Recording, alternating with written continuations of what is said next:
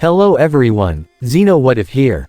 Bring in Season 2 Part 6 of What If the Transformers Crash Landed in Code Geass. Link in the description of the fanfiction of this What If. Listen here YouTube. I do not own anything and this is not a scam. The fires of rage. The Sahara Desert, a region on Earth that had been virtually untouched by either superpower, due to a lack of human life or energon, was now being swept in a grid-like search pattern by those under the command of Shockwave. A small army of Dark Pawns scanned the area as if they were drones. The present Dark Pawns were presently split into 5 different parties, under escort and guide by 1 Dark Knight unit and 1 headmaster in their respective nightmares. Land and the Dark Queen searched the northernmost area with their Dark Pawns, while Order and the Dark Mordred scanned the northeastern perimeter. Power and the Dark Equus looked in the southeastern area, while Refrain and the Dark Aquila searched the southwest, leaving Neburos and the Dark Siegfried in the northwest. At the very center, Shockwave continued to monitor their progress as the Dark Galahad rolled up to his side with a certain immortal boy inside. Is all this really necessary, Shockwave?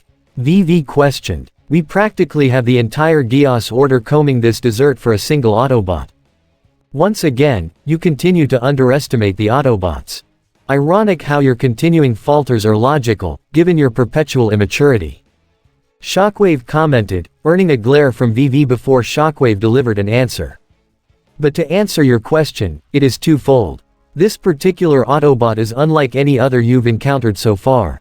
He was an experiment of mine that I heavily modified with the intent of making him a weapon for the Decepticon cause. His escape was unfortunate, but I have since learned not to underestimate him as I previously did.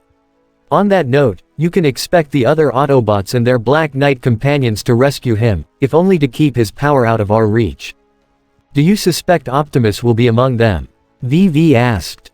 Most likely. Shockwave replied. Optimus Prime would want to see to the acquisition of this specimen personally.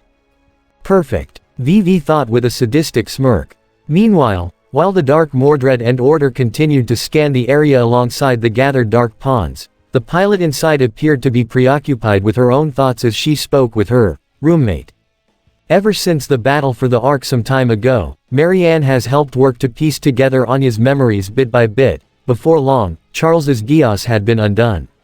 Anya had remembered everything about her past. Of course Marianne had to explain why this happened to her, which included everything about Ragnarok. Needless to say, Anya was beyond furious, even hateful toward her. Yet, at the same time, Anya understood that if she were to escape Shockwave's grasp and rejoin Gino, Monica, Nonette, and the others, even Lelouch, Nunnally, and Suzaku, she needed Marianne's help, so the two agreed to a truce. They learned to communicate with each other telepathically. The effect of Optimus Prime Geass was still present, helping to establish proper communication, while also giving Marianne a chance to reflect on her own past sins. You believe this may be our only chance to get a message out to them? Anya asked quietly, communications in her Dark Mordred turned off so nobody could hear them. The fact that Shockwave had sent this many out shows that he is expecting significant resistance.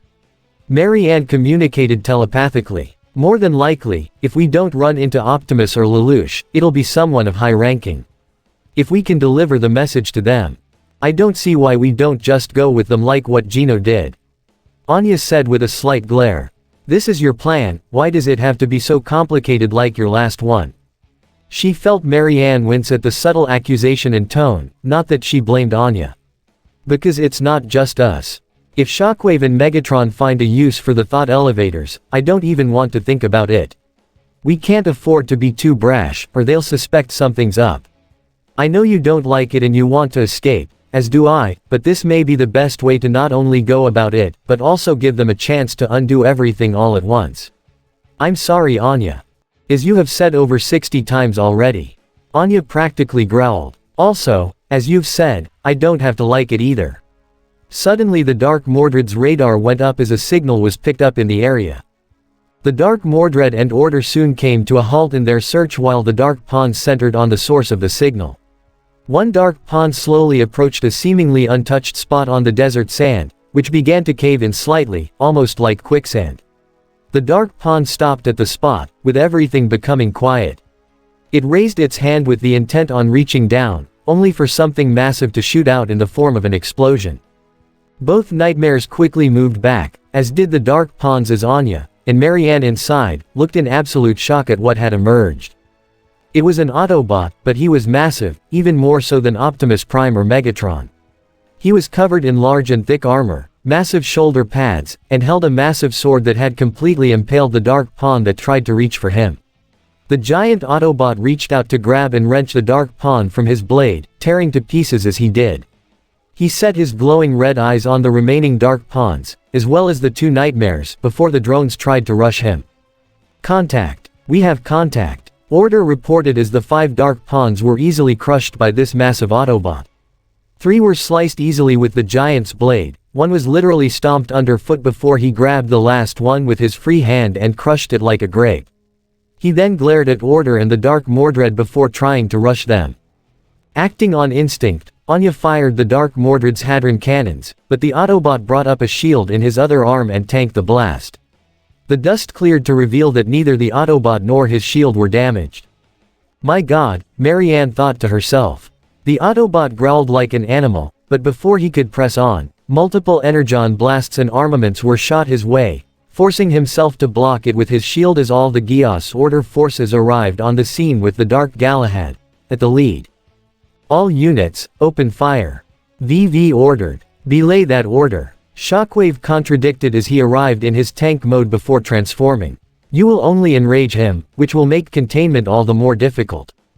All bombardment on the Autobot had ceased as he glared at the source of the one voice he would never forget. Shockwave. Hello Grimlock. I am pleased you are still online. Shockwave said stoically. Lucky you. Grimlock growled. However, before he could even have the chance to attack. Neburos, deploy. Geass at maximum power, focus on the primary target. Shockwave ordered. Acknowledged. Neburos reported as his nightmare flew straight at Grimlock. However, right as he was about to swing his massive sword down toward him, a Geass sigil manifested in both his eyes.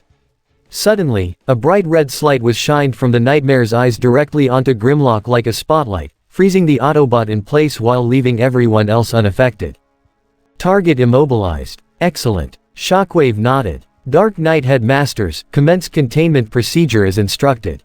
Remaining units, continue to monitor the area for signs of the enemy. With that command, the other 4 headmasters moved around the immobilized Grimlock while the Dark Knights, Pawns, and Queen began to circle the area. I admit Shockwave, I am impressed. VV commented. Ordinarily, Neburo's power could affect an entire perimeter, not to mention his heart stops every time he uses it. But now, you've actually shown how he can focus his power on a specific target, as well as keep him alive during this time. At the cost of mobility as well as awareness of surroundings. Shockwave replied. So long as Neburos is focused on a target, he cannot attack or move until he deactivates his power. The nightmare he is installed into keeps his body fed with proper stimuli to see his heart functions normally, while also focusing his ability like a lens as opposed to a bulb that shines light in all directions. Now continue to monitor the area. Understood. VV drove the Dark Galahad away. Come to me, Optimus Prime. Your time of reckoning nears, and it will be by my hand. Let's see how Lelouch and Nunnally feel when I eliminate another individual that they hold most dear. Skies over Europe. The large man-made Euro-Britannian vessel that was known as the Gallia Grande hovered over the clouds as a ground bridge portal opened up just above it. Emerging from the portal first was Ultra Magnus' personal vessel known as the Ironwall, followed by the large team consisting of the Autobots Bumblebee, RC, Bulkhead, Elita 1, Smokescreen, Sideswipe, Strongarm, Grindcore, Prowl, and Jetfire. Alongside the Black Knights leader Zero in his Shinkiro, Suzaku in the Lancelot, Colin in the Gurren, Rai in the Raiden, Sarah in her pink Akatsuki, Gino in the Tristan Divider, Orpheus in the Guka Byakuin, and Monica in the Florence Nero, with the WZERO team, including Alice, all in their customized Alexanders, save for Akito who had a standard Alexander unit. All units present and accounted for. Zero said as the entire team stood on the upper hull of the vessel, with the Ironwall hovering above them. Everyone knows their assignments. Colin, RC, Ayano, and Strongarm will neutralize the ship's engines, Elita 1, Rio, and Sideswipe will secure the bridge of the vessel, Bumblebee, Akito, Sarah, Orpheus, and myself will enter the ship and neutralize any possible trap. Everyone else will remain topside and secure the perimeter and the enemy deploys aerial forces. Everyone gave his or her own word of acknowledgement before the radar on Ultra Magnus ship picked up multiple units heading their way. 0, we have incoming. Already. That was fast. Gino commented. What do we got this time? Britannian nightmares. More Decepticons. Rio asked with a smirk. Before anyone could respond, the group heard a massive and loud buzzing sound coming from the clouds below. The heck is that sound? Ayano asked. Those sound like wings. Kinda like on bugs, Yukiya commented. Wait, bugs. Rai gulped as he, Colin, Lelouch, and all the Autobots looked a little nervous at that particular word. Beneath the ship, a massive swarm of over 100, maybe even 200 Insecticons flew out from the clouds and made their way toward the Gallia Grande. Oh scrap. Colin cursed. Insecticons. RC also exclaimed just as the swarm shot up and around the sides of the ship before opening fire on the group, forcing them to find cover and return fire. Don't panic. Stick with the plan, Alita ordered as she returned fire herself. Magnus and Jetfire, clear the skies. Rai, Suzaku, Gino, Monica, help them. Alice, Bulkhead, Grindcore, Yukiya, Smokescreen, Prowl, guard the hall. Everyone else, proceed with their assignments. You heard her. Everyone move. Orpheus exclaimed as he shot his Byakugan into the ship through one of the many openings, followed by Bumblebee in his vehicle mode, driving and skidding along the support structures, with Akito's Alexander leaping along the same structures, Zero's Shinkiro and Chera's Akatsuki simply flying inside. RC and Strongarm transformed into their respective vehicle modes while Ayano's Alexander went into its insect mode, and scurried along with them while the Gurren hovered over it as they drove along the top of the ship toward the engines, while Alita's vehicle mode rode with sideswipes and Ryo's Alexander in the opposite directions. The Iron Will flew into the air with Jetfire's jet mode, the Lancelot, Tristian Divider, and Florence Nero flying alongside them before firing into the approaching Insecticon swarm, lighting up the skies with explosions, while Bulkhead, Smokescreen, and Yukiya's Alexander opened fire with their own long-range weapons as Alice, Grindcore, and Prowl prepared to meet the approaching Insecticons head-on. Near the stern of the vessel, as the explosions continued to ring beside them, Colin, RC, Strongarm, and Ayano made it their destination, the engines just below them. So, we just find a way to shut this thing down. As in, we don't blow it up, right? Ayano asked. Right. Unless you want this whole thing going down in flames with us in it. RC answered. Guys, hang on. We got incoming. Colin exclaimed as her Gurren picked up something heading their way. Something fast flew just past the group and hovered above them. It's a nightmare. Strongarm exclaimed as they saw a bright and shining silver nightmare that strongly resembled the Aquila, only a set of 4 large winged arms along its sides as opposed to 2. This nightmare was known as the Icarus, and its pilot was Raymond du St. Giles, head of the Order of Uriel. Die. All of you. Die. Raymond exclaimed, a pair of red rings around his eyes as his wings opened to reveal multiple machine guns that opened fire upon the group. At the same time, Alita 1's team came to a stop at a certain point along the bow of the ship before she and Sideswipe transformed, and Ryo's Alexander stood upright. So, what? Do we just go in and say, hands in the air, or something? Sideswipe asked. Wait, something's directly under us. Ryo said as his Alexander's radar beeped. Something rather big. Suddenly, multiple bullets shot through the floor beneath them as it caved in, causing all 3 to fall before they landed on the ground inside the vessel, facing a massive nightmare. It was about as large and bulky as the Mordred, clad in bronze-colored armor with heavy ordnances built onto its shoulders. It even had bullhorns atop its head, akin to that of a minotaur. This nightmare was called the Taurus, its pilot being the head of the Order of Gabriel, Godefroy du Villain, his eyes glowing red with a pair of red rings inside. Die. Die. Die. Godefroy shouted as he fired a salvo of missiles toward the trio. Meanwhile, Bumblebee, Zero, Sarah, Akito, and Orpheus made their way deeper into the ship. As they did, however, they noticed a lack of resistance the deeper they went. Numbered Decepticons or Britannian nightmares in sight. Bumblebee reported as he transformed from his vehicle mode and leapt from a diagonal support beam toward solid ground, with Akito landing right behind him, Sarah, Orpheus, and Zero hovering in the area as well. Almost seems like the ship is abandoned.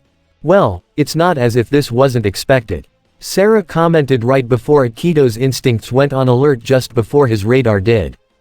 Incoming. Dodge. He shouted just as multiple explosions erupted from around them, forcing the 5 of them to scatter as they faced their attacker. Steeping out of the darkness was a massive red and heavily armored nightmare with massive Gatling guns built along its arms, all aimed at the group as the pilot inside looked with a rage-filled expression, a pair of red rings glowing brightly in her eyes. "So, you've come. Time to die," Mary Bell exclaimed as she opened fire with every known weapon the Ahura Mazda had available. WZERO headquarters.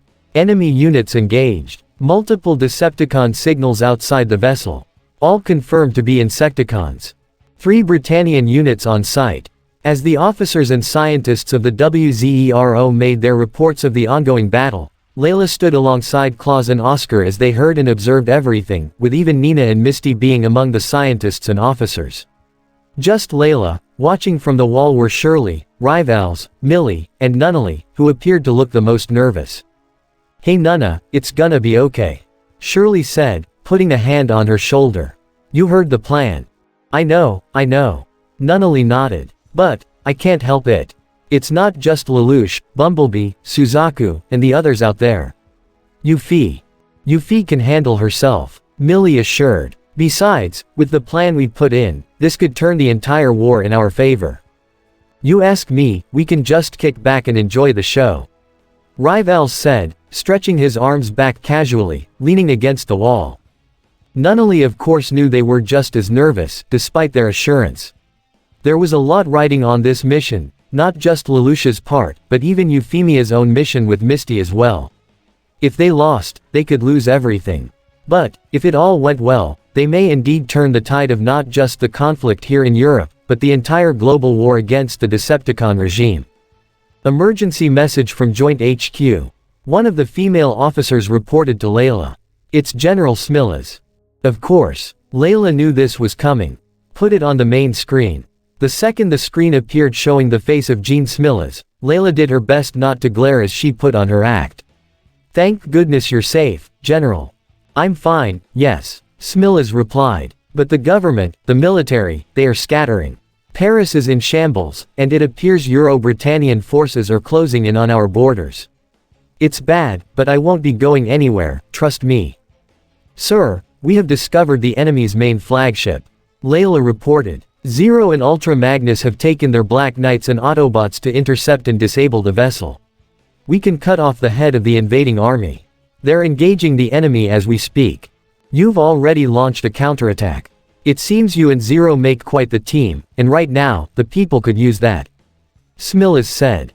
"What exactly do you mean, sir?"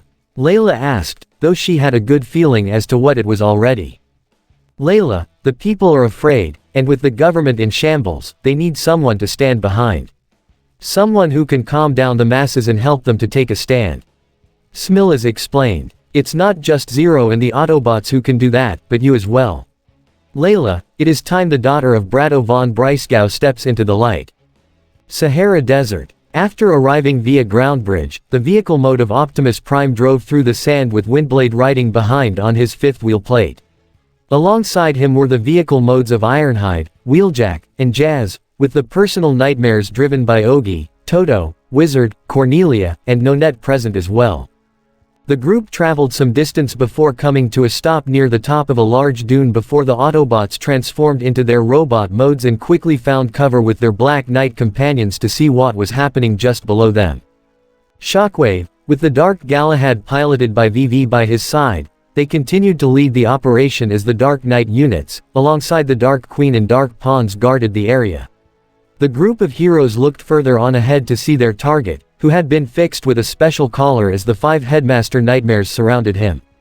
"There's our guy," Wheeljack commented. "So, that's Grimlock," Cornelia observed. "Yep, that's him all right," Ironhide confirmed. "He's a lot bigger than any other bots I've seen," Nonette observed. "How did he even get here?" Ogi asked. Did you say he wasn't on the Ark when you left Cybertron? Before the Ark departure, Grimlock and his team were investigating a disturbance in the Sea of Rust.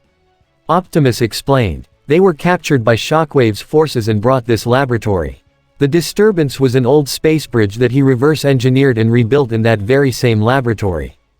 Grimlock was able to free himself as well as his team before reporting to me. Then the entire portal became unstable. Geass continued. Guessing old Grim tried to tear it down, probably got caught up in it and got sent here to Earth. He's probably been in stasis this whole time, and Shockwave must have dug him up. What about his team? Toto asked. Can we be certain they are here as well? We would have picked up their signals otherwise. Windblade replied. Looks like they're keeping him in some kind of stasis lock, with that collar he's wearing. They really don't want to wake him up. Ogi, are Tamaki and the others in position? Wizard asked. Yeah, they're just waiting for the signal. Ogi replied. Optimus, are you sure about this? I mean Shockwave's got some heavy hitters down there, not to mention those headmasters that are guarding Grimlock. I am certain, Optimus confirmed. Grimlock is a capable warrior. Once he is freed, Shockwave's forces will quickly be overwhelmed. Is he really that powerful? Cornelia asked. Before Shockwave got him, Grimlock's old team, the Lightning Strike Coalition Force, Geass began. That's a mouthful. NoNet commented. Just 5 Autobots completely wrecked an entire unit of Decepticons. Geass continued. Yep, if there's any team that's got a higher body count than the Wreckers, it was those guys. Wheeljack added. And from the looks of it, Shockwave's experiments seem to have made Grimlock even stronger. Windblade also. Plus, he's the type to hold onto a grudge. So when he sees Shockwave again. Understood. Toto acknowledged. We're ready to move when you are.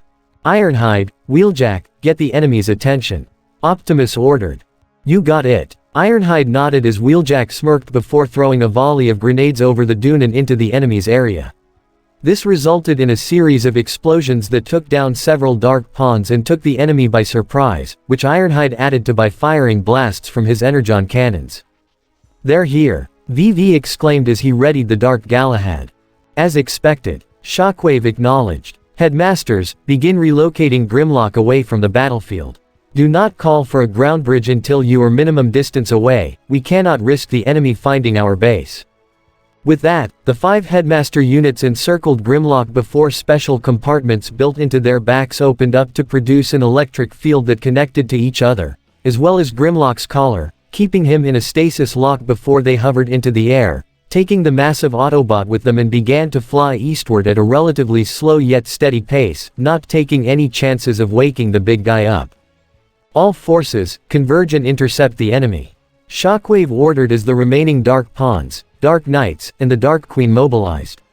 Do not allow them to reach Grimlock, he said as his forces conveyed around him before he opened fire with his large energon cannon at the dune the Autobots and Black Knights were hiding behind. Optimus leapt from the dune with all his allies behind him before returning fire themselves and charging at the Decepticon scientist and his assembled group. European skies. The skies were lit with explosions as the airbound Autobots and Black Knight forces threw everything they had to keep the Insecticons at bay. Suzaku grunted as the Lancelot was rammed by an Insecticon while airborne. But he quickly recovered and drew his Varus rifle, shooting point blank to obliterate one Insecticon before a second charged at him, which he met by having his Lancelot draw an MVS blade from its free hand. Gino also flew the Tristan divider back as 2 Insecticons flew toward him and shot energon blasts from their horns, which Gino retaliated with slash harkens from both the Tristan's arms. One Insecticon had its wings clipped before it fell just as the second rammed into the Tristan with Gino struggling to hold it back with his nightmare's strength alone. Suddenly, that same Insecticon was shot with a streak of lightning, courtesy of the Raiden's Surger Claw, much to Gino's relief. Thanks Rai. Anytime. Rai smirked before flying the Raiden with a katana in hand, heading straight for 2 more approaching Insecticons. The Iron Will flew through the clouds as it had 7 flying Insecticons at its tail, firing with their energon blasts as Ultra Magnus did his best to avoid them. He then pulled up on his controls, causing the Iron Will to fly straight up before flipping and descending right below the Insecticons. Magnus wasted no time in opening fire to neutralize all 7 at once. Ultra Magnus' victory was short-lived however as 6 more Insecticons came at him from behind. However, salvation came in the form of Jetfire in his jet mode, flying alongside the Florence Nero. Monica fired her Nightmare's Hadron to obliterate 2 Insecticons, forcing them to scatter as Jetfire opened fire to clip the wings of 2 more, causing them to fall before accelerating toward a third, where he transformed and landed on the Insecticon's back to grab its wings and force it to collide with a 4th. He then transformed and opened fire to take down a 5th, leaving the 6th to be cut down at its wings by Monica's Florence Nero, causing it to fall as well. Meanwhile, as the skies continued to light up with explosions, a few Insecticons have managed to land on the hull of the Gallia Grande and transformed into their hulking humanoid forms to engage with the heroes that were unable to fly. One rushed Smokescreen, who swerved toward the side and opened fire on the Insecticon's back, but this only served to irritate it and attempted to rush Smokescreen again. However, this was all just a distraction as Prowl had leapt onto it from behind, climbed to the back of its head, and drove his shurikens into its eyes, blinding it before kicking it in the back of the head to knock it down. Not even giving it a chance to get back up, Smokescreen ran to the downed Insecticon, forced its mouth open and fired energon shots down its throat till it ceased function. Alice's Alexander Valiant scurried along the hull in its insect form as a hulking Insecticon gave chase. It was quick to catch up to her and try to grab her, only for Alice's Alexander to transform back into its humanoid form and leap onto its arm and behind the Insecticon like a master gymnast before the Insecticon turned around just as Alice shot her Alexander's arm forward, producing an Arana edge knife right into its neck before pulling back just as it fell over and died. Bulkhead and Grindcore found themselves back to back against 2 Insecticons. Bulkhead formed his maces before laying the smackdown on the one he faced while Grindcore rushed the second Insecticon to grapple with hit and press his strength against his bug-like opponent. After the 5th mace strike, the Insecticon grabbed Bulkhead's mace before delivering a punch to knock him down. However, Bulkhead transformed into his truck mode and shot at the Insecticon's legs to trip it up before transforming back to leap into the air and deliver both his maces onto its head to crush it. Meanwhile, Grindcore found himself being pushed back against the Insecticon he wrestled with, but then he let go of the Insecticon's arms and grabbed its belly to push it down to the ground before grabbing it by the neck. Grindcore gave a loud battle cry as he pulled with all his strength to pry the Insecticon's head from its body. The 2 large and green Autobots would soon find 3 more Insecticons flying their way, only for their wings to explode, sending them soaring off the side of the ship and falling into the clouds below. The perpetrator was none other than Yukiya, who maintained a distance with his Alexander, holding its massive linear rifle in hand. Bulkhead and Grindcore gave him a thumbs up, which Yukiya returned with his Alexander. Meanwhile, near the ship's engines, Raymond's Icarus Nightmare continued to rain fire down on RC, Strongarm, and Ayano. Despite them leaping to safety as best as they could, they found themselves unable to return fire as the Icarus, many wing-mounted machine guns seemed to track their every move. Die! The Geass Raymond exclaimed when his Icarus was suddenly struck in the back by a blast from the Gurren Surger. You're not the only one who has fancy wings, pal. Colin stated as her Gurren activated its red energy wings before shooting up into the air, prompting the Icarus to follow and directing all its firepower toward her, which Colin retaliated with similarly rapid-fire energon blasts from her wings, intercepting the bullets to create a flurry of explosions in between the 2 flying nightmares. At the same time, inside the vessel, Godefroy's Taurus Nightmare continued to blast a multitude of missiles toward Alita 1, who had transformed into her vehicle mode to avoid getting shot at. Die! Die! Godefroy roared before his Nightmare was blasted at the side by Ryo's Alexander's own missiles from its shoulder-mounted weapon.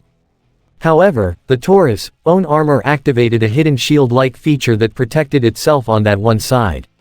Once Ryo's assault ended, Godefroy attempted to rush and ram Ryo's Alexander, only for Sideswipe to appear and grab the Taurus by its horns before delivering a knee to its head unit and knock it off balance, allowing Alita 1 to open fire on its flank with her energon blasters. Meanwhile, within the innermost confines of the ship, the Ahurumazda fired in all directions as the Shinkiro, Bumblebee, Akatsuki, Byakuin, and Akito's Alexander did their best to dodge or block the rapid fire from the massive Red Nightmare's heavy ordnances. How long I've waited. Zero, you and the Autobots are the reason why Britannia is no more, and why the world is in chaos. Maribel exclaimed, still under the effect of Shin's Geass.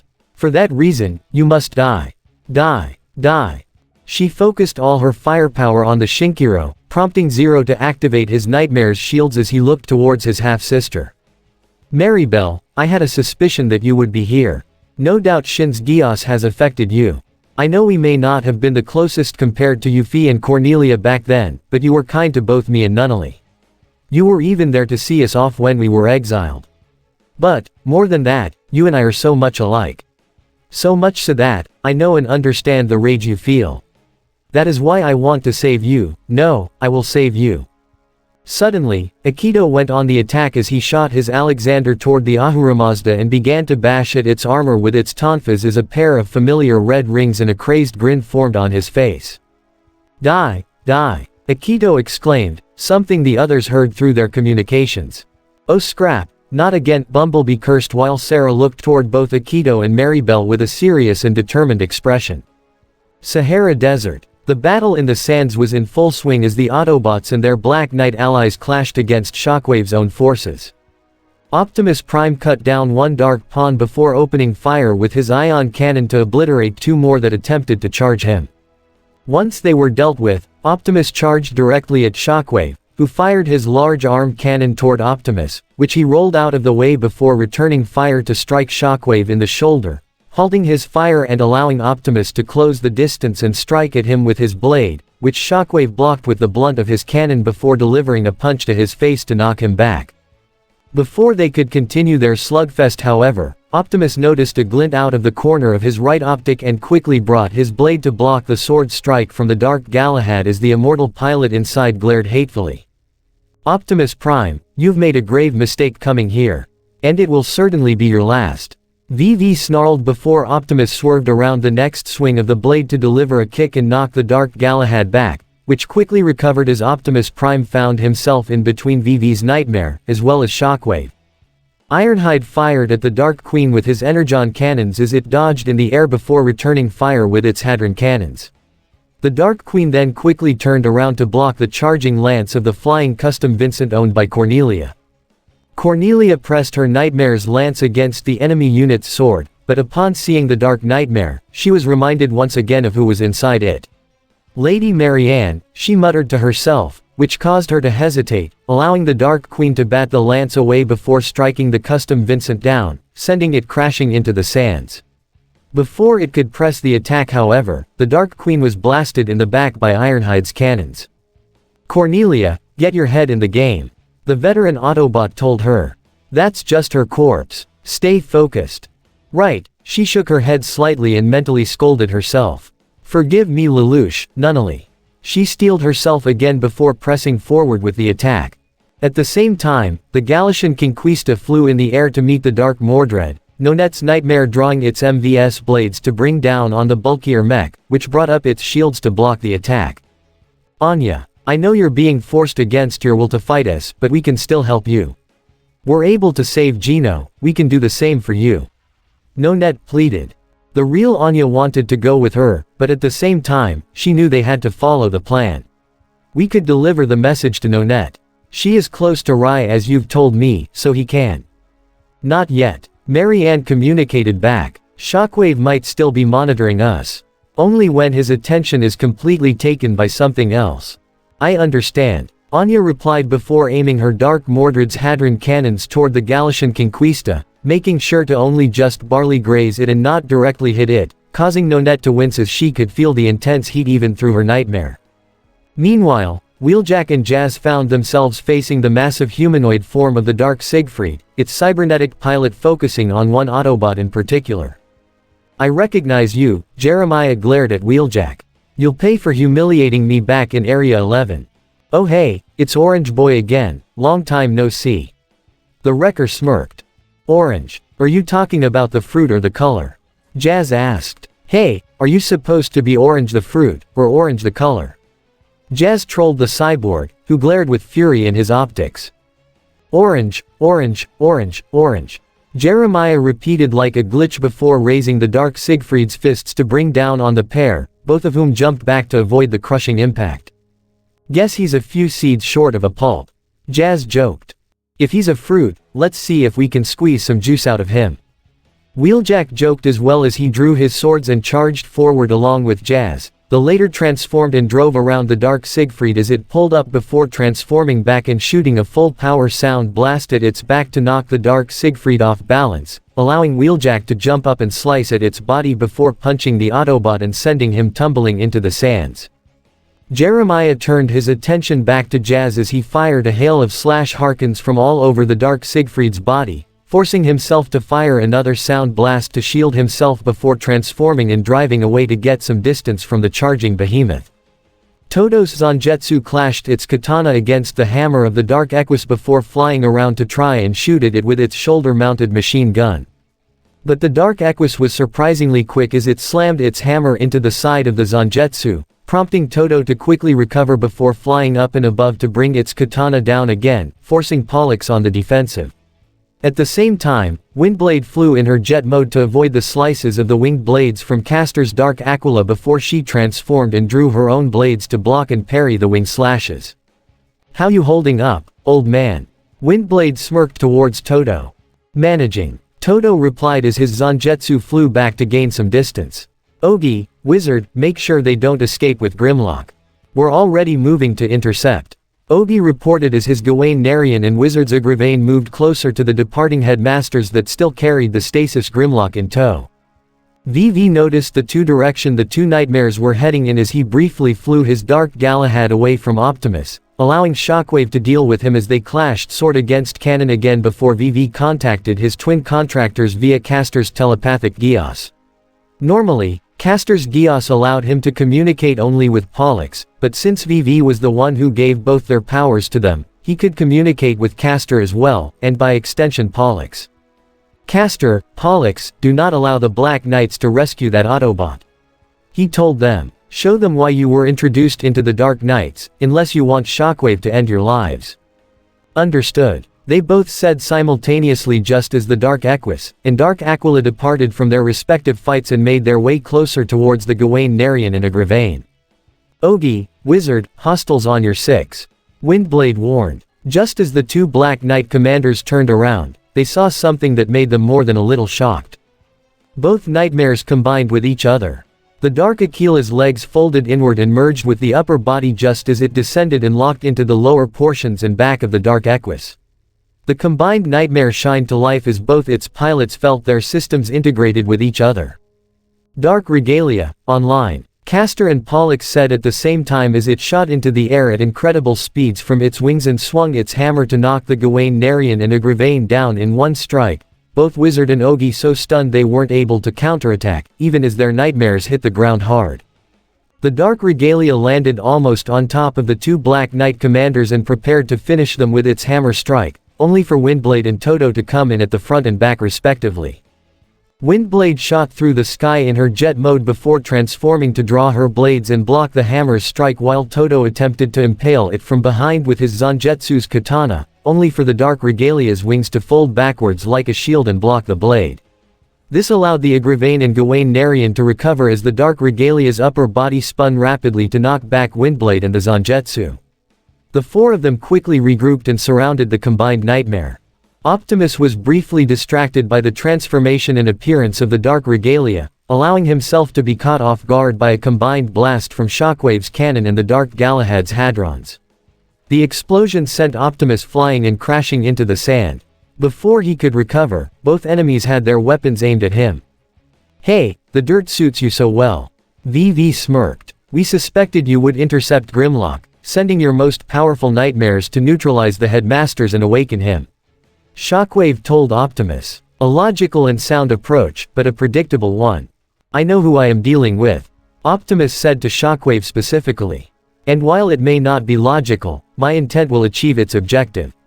Because in place of logic, you lack faith in your own comrades. Something I have in abundance." Meanwhile, just before the linked headmasters had made it to their minimal safe distance with the imprisoned Grimlock, a rifle-like device shot out of a large dune before it locked onto the optics of the Neburo's unit before opening fire to take them both out in rapid shots. Before the others could even react, The dune exploded, revealing none other than Chromia, Hotshot, and Tamaki's wrecker Akatsuki alongside Warpath in his tank mode. "Surprise!" Tamaki exclaimed. "Kablam!" Warpath shouted at the same time as both he and Tamaki opened fire with their heavy artillery, striking the headmasters and forcing them to break their link, severing the eclectic grid and dropping the unresponsive Grimlock into the sand. "Okay, I'll wake the big guy up," Hotshot stated. "You guys just keep those freaks busy. We're on it." Chromia replied as she shot precise shots with her rifle toward the other headmaster, which Warpath and Tamaki added with their heavy ordnance, forcing the remaining headmasters to break apart, aside from the still blind Neburos. "I cannot see," Neburos said as he completely lost visual with his nightmare.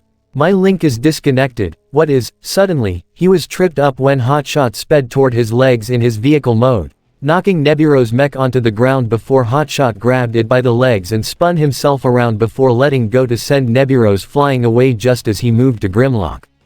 "Come on big guy, time to wake up." Hotshot had to climb up on top of him, but Grimlock's eyes were still dim. He noticed the collar on him and pried it off, but he still didn't wake up. "Hey, Grimlock, you alive in there?" Hotshot, not complaining or anything, but these guys are tougher than they look. Warpath exclaimed as he was knocked down by land with power proceeding to attack as well. Chromia continued to shoot her rifle at Refrain, but he dodged every shot before coming in close with a swipe of his scythe, which she just barely dodged herself. Tamaki fired his wrecker Akatsuki's missiles at Order, but that headmaster was able to dodge it easily enough. Realizing that all his comrades were in trouble, he had to forego restraint. "Sorry about this." Hotshot fired an energon blast into Grimlock's face, which spurred him awake as his optics shined a bright red. He then grabbed Hotshot by the throat and stood up as he glared at the frightened Autobot. "Did you just shoot me?" Grimlock shouted at him. Sorry, but we're kinda in a jam right now and we need you," Hotshot quickly explained, causing Grimlock to drop Hotshot as he looked to see all the battles occurring around him.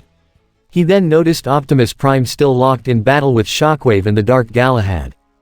"Optimus, Shockwave," he said that last name with a growl. "Yeah, we came all the way to save you, so how about a little gratitude?" Hotshot questioned. "Save me? No thanks," Grimlock stated. "Say what?" Hotshot questioned. "I can save myself." Grimlock channeled his own inner rage as an aura of heat formed around him. He then slammed his fists onto the ground as he transformed. But rather than a vehicle as the Autobots and Black Knight suggested, Grimlock had transformed into a gigantic and robotic Tyrannosaurus Rex before unleashing a loud roar that echoed throughout the entire desert.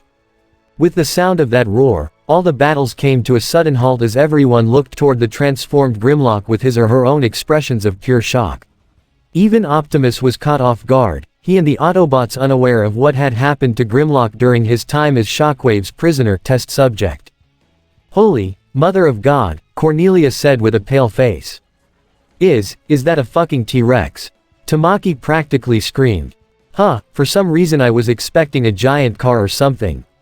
Ogi commented with wide eyes as even the ever-stoic Toto's eyes widened like a pair of softballs. Did you guys know he could do that?" Nonette asked Geass and Wheeljack, the closest pair of Autobots to her. "Nope." Geass shook his head. "Don't even know what the scrap that is," Wheeljack commented. Neburos looked up as the robotic Tyrannosaurus Rex glared at him, his visual feed barely restored. Grimlock focuses his sights on the individual that had put him in stasis in the first place. Neburos tried desperately to activate his Geass. "I must contain this, I must," however, Grimlock opened his mouth to blast a concentrated stake of fire-like plasma to completely eradicate the nightmare and the young pilot inside, killing Neburos in one shot before setting his optics on the Decepticon Cyclops that put him through so much pain and torture. Shockwave. The T-Rex form of Grimlock roared before charging forward. Skies above Europe. The Iron Will was rocked as its right engine was hit by an Insecticon's energon blast. Realizing the best thing he could do was manage the controlled crash, he redirected his damaged vessel toward the Gallia Grain where Bulkhead, Grindcore, Alice, and Yukia were dealing with 5 Insecticons before he contacted them. "Soldiers, you may want to move from your current position." They noticed the incoming Iron Will with smoke coming from its right engines. "Incoming," Yukiya shouted as his and Alice's Alexanders transformed into their insect modes, with Bulkhead and Grindcore doing the same with their vehicle modes to split out of the way just as the iron will crashed and skidded along the upper hull of the Gallia Grande, crushing the 5 Insecticons underneath. Magnus gave a sigh. Though his ship would need repairs, he was content to know he was still alive and none of his soldiers were caught up in that. Back in the air, Jetfire pursued a single Insecticon in his jet mode before firing at its wings to clip them and send the massive alien bug plummeting like so many others. Suzaku activated his Lancelot's energy wings to fire onto an incoming group of 3 Insecticons to fire a multitude of energy bolts that shredded and blasted them to smithereens. The Florence Nero and Raiden regrouped with the Tristan Divider as the last of the Insecticons, consisting of 7 total, shot toward them before they fired a combined assault of hadron blasts, electric currents, and machine guns to blast them into oblivion. "Is that all of them?" Suzaku asked. "I just scanned the area. That appears to be the last of them," Jetfire reported. "Good. Never was a big bug fan anyway," Gino commented. "That makes 2 of us," Rice said. 3. Monica shivered slightly, remembering the beatdown she and the others received at Ashford at the hands of Hardshell and his group during the Black Rebellion. Back near the engines, the Gurren and Icarus flew alongside each other, clashing MVS fork knife with bladed wings before the Icarus fired all its machine guns point blank at Colin, who was forced to bring up her Surger claw and activate it, sending a wave of radiation that blasted off the guns and upper 2 wings, damaging the lower ones as well. But even with its flight systems greatly damaged, almost disabled, Raymond pressed the attack. Die. He tried to ram Colin, only for her to swerve out of the way and deliver a kick to the back of its head, knocking it back down toward her comrades. However, right as it landed, it pulled itself back up as it charged at them like a rabid animal. Die. Die. Raymond attacked Ayano first, who swiftly dodged with her Alexander before it drew its blade and sliced off its remaining left wing, while Strongarm quickly aimed her Energon crossbow and fired a precise shot at the remaining right wing to sever it, leaving the Nightmare without any appendages save for its legs as RC shot past its cockpit with her arm blades, slicing it in half, as well as the pilot inside before it exploded. "Talk about clipped wings," Ayano commented, which RC returned with a smirk of her own. Meanwhile, within the vessel, Ryo's Alexander retreated backwards as he virtually unloaded with every missile his Nightmare had at its disposal. "Eat this, you freak." "Die," Godefroy exclaimed, his Taurus firing all its missiles as well. Both volleys collided in a powerful explosion that rocked the entire area of the ship. Out of the dust, Ryo and Sideswipe both charged with yells, the former's Alexander wielding a strong axe while the later held his sword.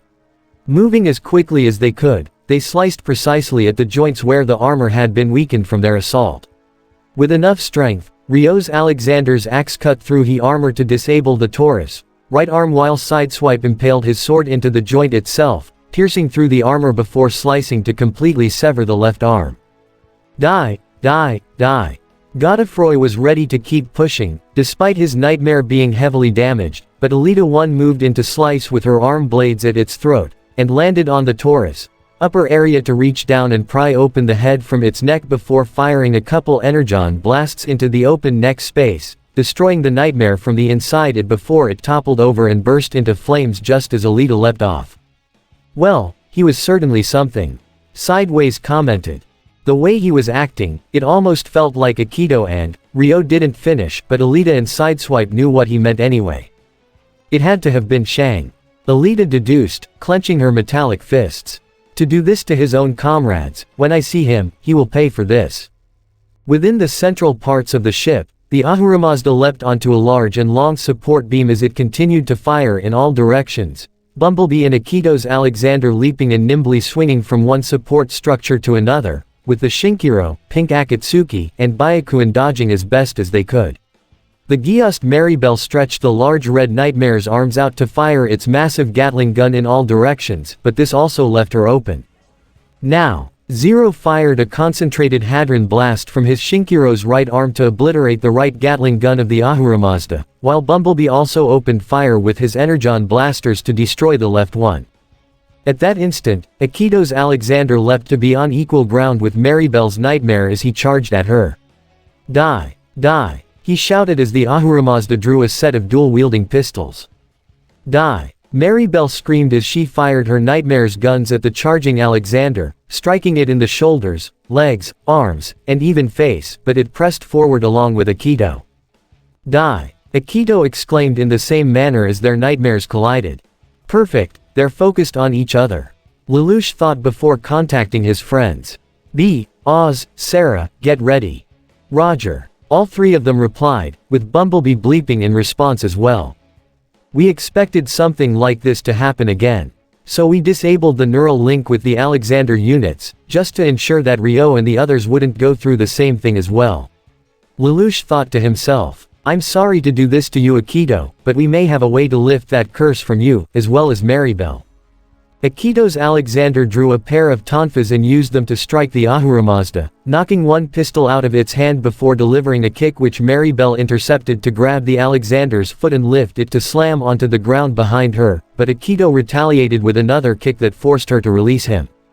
Her weapons gone, Maribel threw the Ahura Mazda's fist toward the Alexander's face before throwing out another punch, which Akito leapt over to strike at the Ahura Mazda's head with his tonfas. They both threw everything they had at one another, each of them giving their all to end the other's life. Die! They both screamed as they charged at each other. The force of their collision knocked both their nightmares off the support bridge, sending them crashing to a platform below. Despite both the Alexander and Ahura Mazda being heavily damaged, both pilots were unwilling to give up as they tried to pick themselves up as best as they could. Die! Akito muttered, blood pouring down his face. Die! Maribel also grunted, her right arm sprained and ribs cracked. Now! Zero muttered as Bumblebee leapt down behind Akito's Alexander, drawing his katana to completely sever the cockpit from the nightmare. He quickly grabbed it and pried it open to pull out Akito with his bare metal hand. At the same time, Orpheus Byakuin landed behind the Alexander and delivered an electric charge to it from the Byakuin's right arm, short-circuiting the heavily armored nightmare. The disabled Ahura Mazda fell over and automatically opened up, allowing the weakened, yet still Geassed Maribel, to step outside, the red ring in her eyes unfading. I must kill you. All of you must die. She muttered as Bumblebee set Akito down, who appeared to be stuck in the same kind of trance as well. Die, die! Akito and Maribel tried to rush each other, but Chera's Akatsuki had landed on the platform as well. She quickly emerged from her nightmare and rushed toward the pair as fast as she could, grabbing both their wrists with her hands as she channeled her power directly into them, the Geass emblem on her forehead glowing a bright red. Akito. Maribel. You can't let this power control you. She spoke to both of them, communicating with them through their souls. I may not have the power to break through all of it, but you do. Use your own will. Help me to fight it. They each heard her words as certain memories began to flow into Maribel's mind, but several of them contradicted with each other, as if one set had been forged and the other was real. Removing the effect of Charles's Geass was within Chera's power, but the overlapping one of the command Shin had given her was another story. Akito being in the same position. Akito, you cannot let this power control you. I know you have the will to overcome this. To overcome what your brother did to you. Sarah pressed, focusing on him as she brought up all the happy memories he experienced in his life, such as those in his childhood with his mother and other family members, and even the time they all spent with the gypsies. Don't let yourself give into this darkness. Don't become a monster. The more he saw those happy memories, the more he wanted to experience them. But he couldn't experience them if he let his brother's Geass command rule him. What Shin did to him will likely be with him the rest of his life, but that wasn't going to be his life. He had people in his life now that understood him, that trusted him, that cared for him as a friend. Never. He would never become a monster. A monster like what his brother tried to make him. At the same time, Sarah also focused on Maribel as she helped her see her true memories, hoping that could push her into overcoming Shin's Geass. Maribel, listen to me, is this really what you want? Do you think this is what your mother and sister would want for you? To become a ruthless killer. A machine to be used by somebody else. I don't, Maribel struggled, the red ring in her eyes flashing as it seemed all the more difficult for her to push forward. That is until someone else stood before her, someone that made her heart practically stop, someone she never thought she'd see again. Maribel, Yulia appeared to be kneeling before her. However, this wasn't the true Yulia, but rather Orpheus using his Geass to take the form of her sister. Though he hated using his late lover's face like this, he knew it would be necessary to save this woman. He owed it to the woman he loved to save her beloved sister. I know you're stronger than this. Fight it. Rise above it, become the person you want to be. The kind of person that wants to save this world from the likes of your father, from the likes of the Decepticons. Rise, Maribel. I know you can do this. Orpheus reached out and grabbed her hand, which also connected him to Sarah as she channeled his own memories of Yulia, allowing the immortal to feed them into Maribel's mind. She couldn't quite understand what was happening, but Maribel was seeing her sister, hearing her words, her voice. Seeing and hearing all this made something inside her be set ablaze, not the kinds of flames that burn with rage or anger, but that emerged from one's own inner strength of will. Her will pressed against the power that was eating away at her soul before she pushed back with all her might. As she channeled more of her own power, Sarah felt a new connection flowing through her. Something that caused her Geass emblem to glow from red to a whitish blue. She felt this kind of power before, from when she touched the matrix of leadership. Did some of its power pass on to her via contact when she made a contract with Optimus? Or was this from her conversion with the original primes? Whatever it was, she channeled more of its power and fed it into Akito and Maribel. This minuscule power of the primes was enough to further strengthen their own willpower and expunge the effects of the Geass from their minds. The red rings around both their eyes were blown away by flashes of white that completely engulfed their eyes before they were flown back and knocked to the ground. The Shinkiro had already landed as Zero exited his nightmare, with Bumblebee kneeling close as Sarah and Orpheus helped Akito and Maribel to sit up, the former being the first to regain his senses. Did I? Akito stuttered. What did I? You overcame it. Sarah looked toward him with a smile. The Geass command your brother gave you. It's gone. And you pushed past it. You overcame it with your own will. He almost couldn't believe it, yet it was true. The insatiable urge to kill that he could normally call upon battle was gone. He could feel its absence, and it felt like something heavy had been lifted from his shoulders. It was so much of a relief, that tears of joy began to flow into his eyes, which was enough for Sarah to pull him into an embrace. Thank you, thank you, thank you, he muttered as she comforted him as best she could. Maribel was next as she felt her forehead, like a fog had been lifted from her mind as Orpheus helped her sit up straight. Take it easy, don't push yourself, he advised. Who, what? Her vision cleared as she looked around her to see Orpheus first, whom she briefly mistook for a certain someone else. Aldrin. No, but, close. Orpheus said with a half-smirk as she saw his face clearly and that it was a young man instead of a woman. But he looked almost exactly like her. She looked around her surroundings and was most taken aback by the large yellow Autobot that kneeled close to her. Are you alright? Bumblebee asked. What? Maribel didn't understand him. He asked if you were alright. Zero walked toward her, causing her to gasp with a startle. Zero. Please Maribel, there's no need for that here. After all, he removed his mask to reveal his face. We are family. She practically felt her heart skip a beat at the sight of her half-brother, whom she had thought died a long time ago. Lelouch. Sahara Desert. The massive, robotic, Tyrannosaurus Rex that was known as Grimlock roared as he barreled his way through all the remaining dark ponds, swiping his tail to rip them asunder, literally crushing them underfoot, devouring them in his massive jaw, or even incinerating them with his powerful fire breath. As he continued to demolish the enemy forces like paper, most of the Autobots and Black Knights attempted to regroup together, if only to stay out of his way. Since when can you guys transform into dinosaurs? Tamaki exclaimed. We couldn't. This shouldn't be possible. Chromia replied. Possible or not, it's happening right in front of us. Wheeljack put in. Must have been Shockwave's experiments. Windblade assumed. He always did have a knack of screwing with nature. Yeah, go get big guy. Show those wannabe cons what you got. Warpath cheered. Should we be helping him? Ogi asked. You really want to get in the middle of that? Jazz pointed toward the one-sided massacre as Grimlock incinerated a group of dark pawns with his fire breath. Yeah, we'll stay out of it. Ogi said with a gulp, glad they were able to rescue this Autobot and not let Shockwave turn him into a weapon against them. Speaking of which, Shockwave attempted to find cover as he and the Dark Galahad moved back before he tried to rally his forces. Dark Queen, Headmasters, form defense position 7-9 Alpha at my location. As per his command, the Dark Queen, along with Refrain, Land, Order, and Power surrounded Shockwave and VV's Dark Galahad. Dark Mordred rained down covering fire on Grimlock. Orange, Dark Regalia, commence attack. Will they be able to destroy him? VV asked. Unlikely, this is merely a test to see how far Grimlock's power has come so that we may develop proper countermeasures at a later date. Shockwave explained. As the two largest nightmares made their way closer to Grimlock, the Dark Mordred was still in the air facing the Galician Conquista. This was it. While Shockwave was focused on Grimlock's rampage, Anya could give her message to her former comrade. No net. She got the elder woman's attention.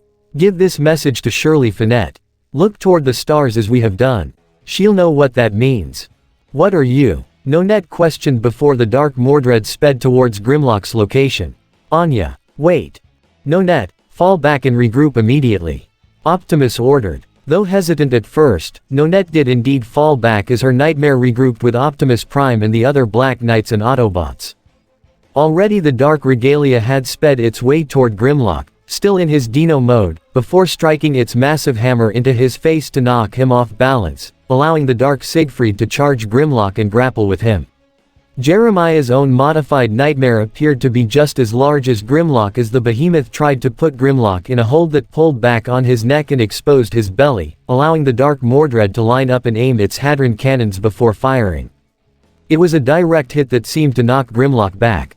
However, the robotic Tyrannosaurus Rex quickly recovered and gave a roar before unleashing a concentrated stream of fire-like plasma straight at the hovering Dark Mordred, forcing Anya to bring up the Nightmare's shields to full power, but they were quickly draining. Impossible. Anya muttered as fear began to flow throughout her body.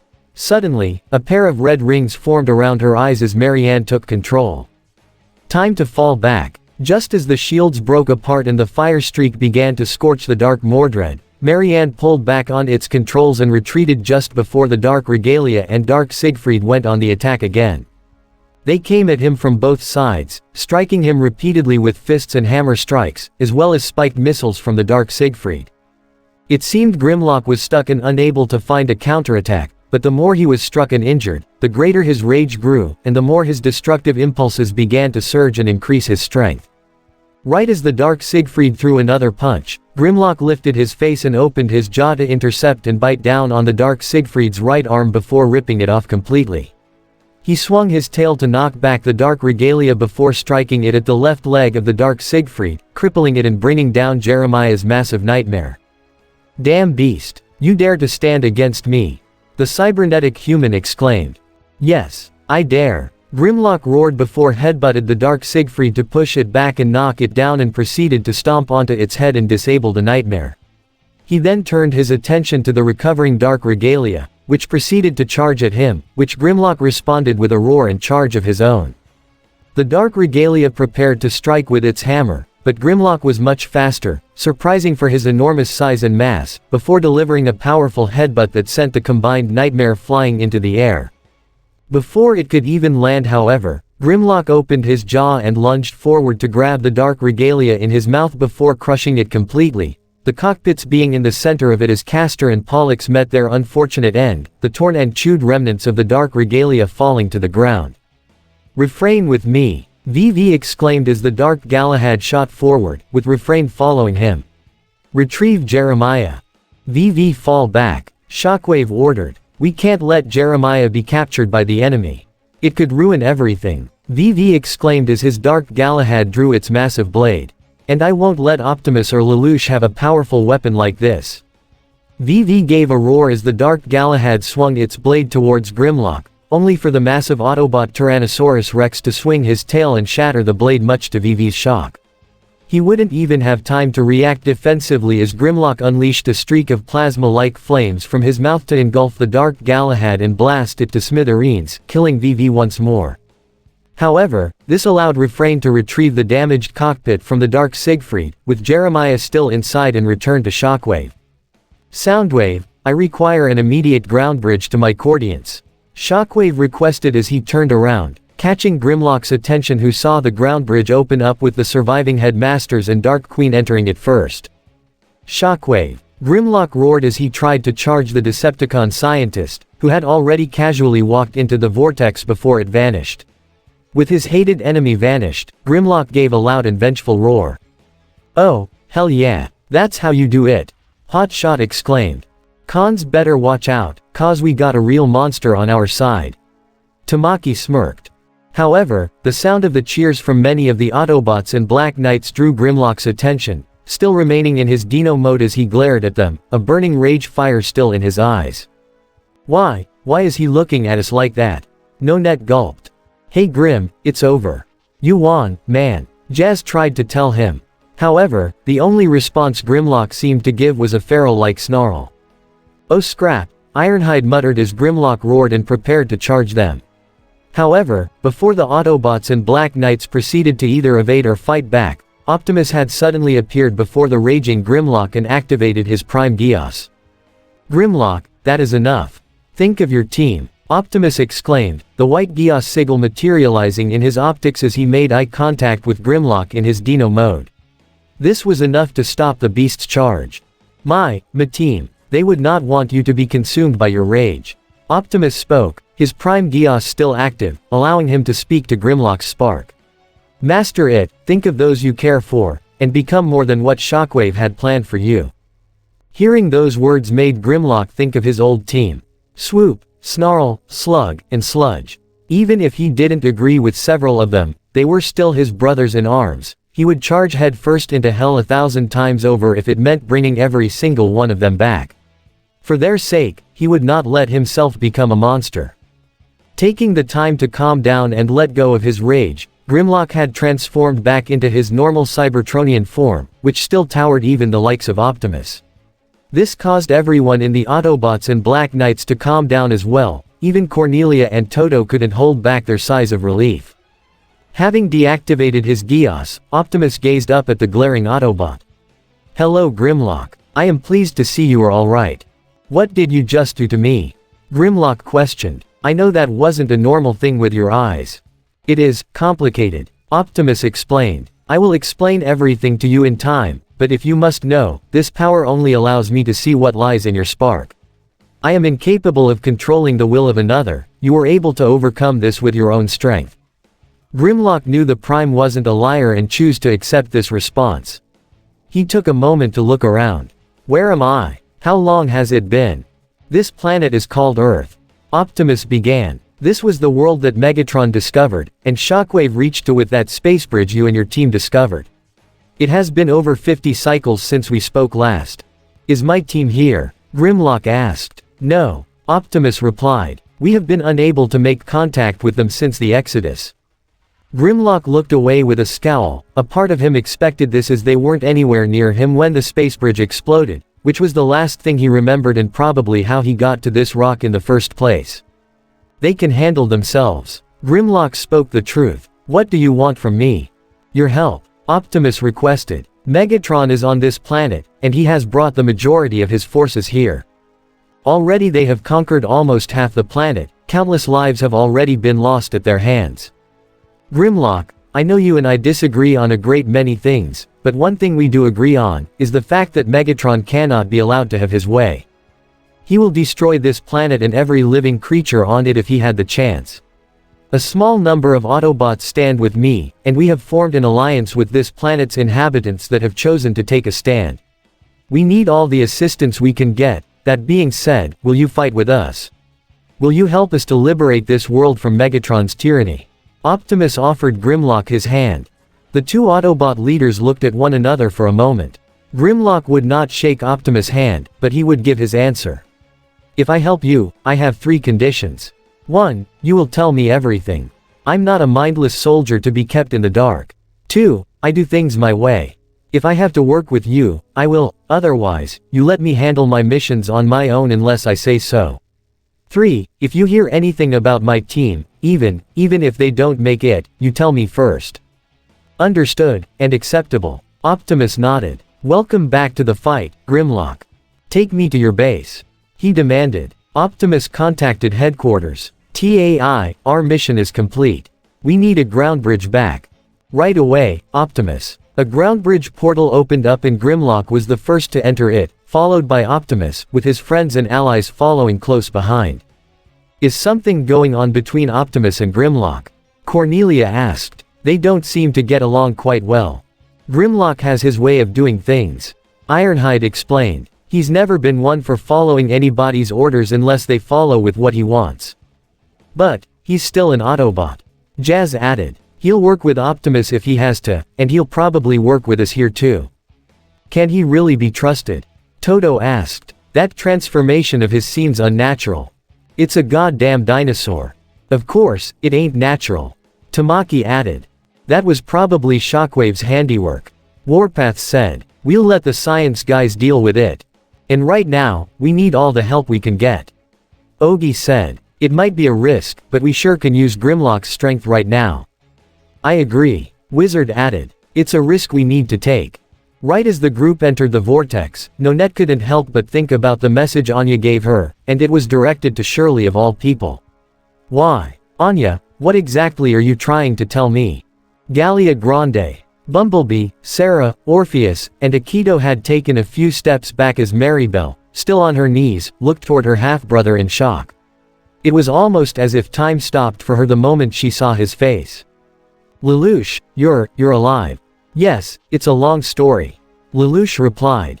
And, you're Zero, she looked toward him, her eyes narrowing slightly. I am indeed, Lelouch confirmed. I'm sorry if that disappoints you, but with all that happened in Britannia, I couldn't stand by anymore. I'm sure you can understand now, with your memories fully restored. She did understand. She knew the truth, it wasn't a terrorist attack that killed her mother and sister. Someone else took their lives, and more than likely her late father had hand in it. She remembered drawing her sword to him, demanding justice be done, only to get beaten down by his fists before being exiled. The same exact thing happened to Lelouch, his exile being shortly before hers. So she could understand his reasoning for being Zero. Maribel, listen to me. I understand that a lot in your head probably doesn't make sense right now. Lelouch began as he kneeled to her level. But we don't have to fight each other. We both want the same thing, don't we? Even when we were technically on opposite sides, we both desired to bring peace to this world. In two very different ways. Maribel said. True, but our ideals still matched. Lelouch continued. And right now, the world desperately needs some idealism. The Decepticons can and will destroy the Earth if they are not stopped. But even with the aid of the Autobots, the Black Knights can't do it alone. We need all the help we can get, we need you. Please, come with me. We could have a chance to start over. I'm sure Nunnally, Yuffie and Cornelia would love to see you again. Maribel gasped at the mention of her sister's names. She had thought Nunnally died alongside Lelouch when Japan was invaded, but if Lelouch survived, it would make sense Nunnally did as well. As for Cornelia and Euphemia, she hadn't heard anything from them since the Empire fell. She had feared the worst for them as well. But, did Lelouch speak the truth? They're alive, she uttered. They are indeed, Lelouch confirmed. And they're with me. We're working together to rebuild this world. But we're not going to the past where Britannia tried to run the rest of the world into the ground and raise their flag above the ruins. We want to build a new one, where everyone can live together in peace and freedom. I know there's a lot between us that needs to be resolved, but we can work on that together. We can mend the bonds of our family, as well as save this world from those who would harm it. So come with me, Maribel. Join us, and let's build that world together. Lelouch offered Maribel his hand with a smile. She almost couldn't believe it. Was this the same angry brother who was forcibly exiled from his home, and the one who declared war on his own empire? The look in his eyes was different, it was considerably brighter than before. One look into his eyes told Maribel that he meant every word. While there was still a lot that needed to be sorted out, she was sure of one thing. This world needed to be saved, and they could pull it off together. Britannians, Japanese, Autobots, European, they couldn't let themselves be divided anymore. It was time to stand together. She reached out and grabbed his hand, accepting his proposal and aid. This not only caused Lelouch to smile, but as well as Bumblebee and Orpheus, even Sarah smiled as she looked towards Akito, who gave a smile of his own. Boom. Asterisk. Suddenly, multiple explosions erupted from all across the interior of the Gallia Grande, lighting it up in a blazing inferno that could be seen from miles in all directions. Steeljaw laughed as he saw the footage of the Gallia Grande going up in flames over a handheld device. "My, how clever," he said as he stood next to his partner in crime, Shinhyuga Shang, who stood on the shoulder of his personal nightmare, the Vercingetorix. Both of them standing on a cliffside as Steeljaw continued. "I knew you were devious, but this," Steeljaw chuckled. "You're quite the chess master, aren't you, Shin? When you're facing such an enemy, you'd need to take such underhanded tactics in order to claim victory." Shin commented. "Honor, mercy, these things have no place in warfare."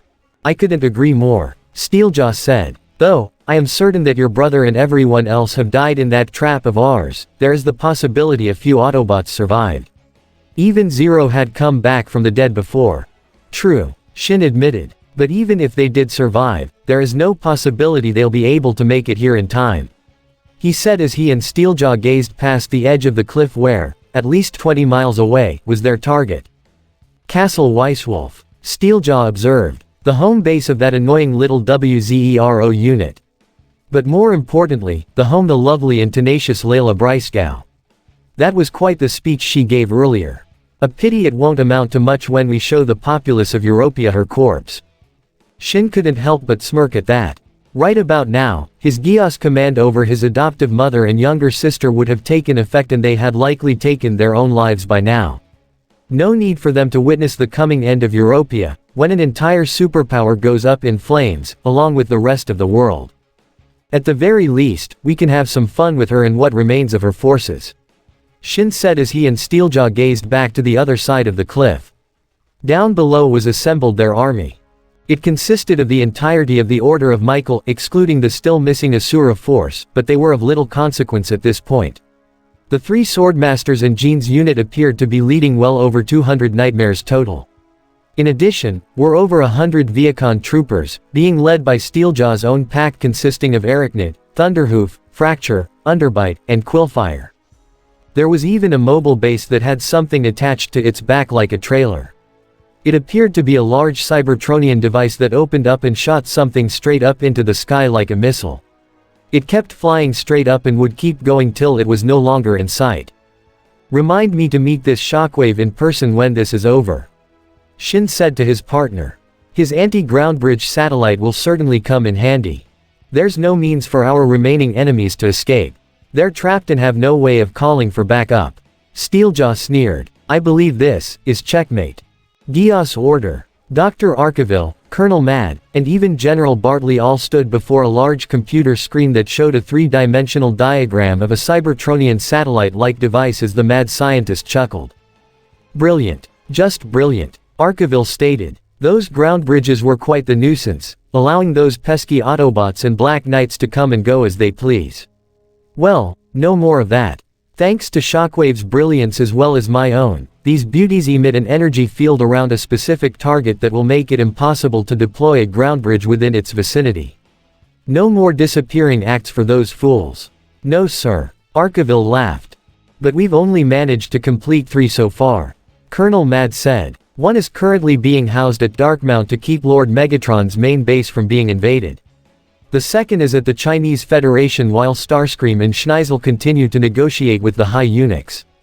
And we've delivered the third to Steeljaw's group in the EU." Bartley looked more than a little envious. If they had something like this in the homeland, then Britannia would still be standing.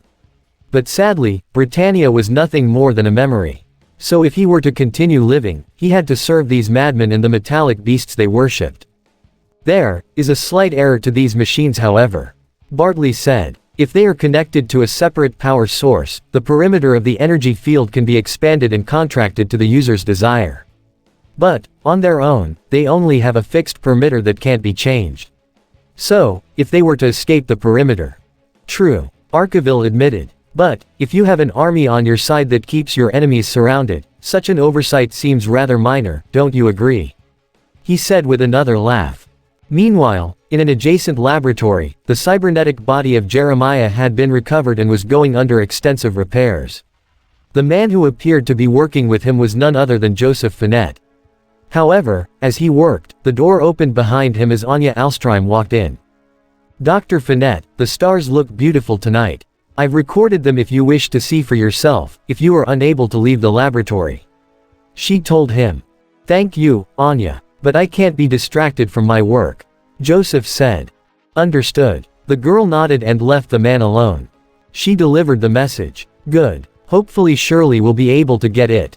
So phase 1 is complete, time to move on to phase 2. Joseph thought to himself as he walked over to a terminal that was connected to Jeremiah's cybernetic brain by a series of wires and cables.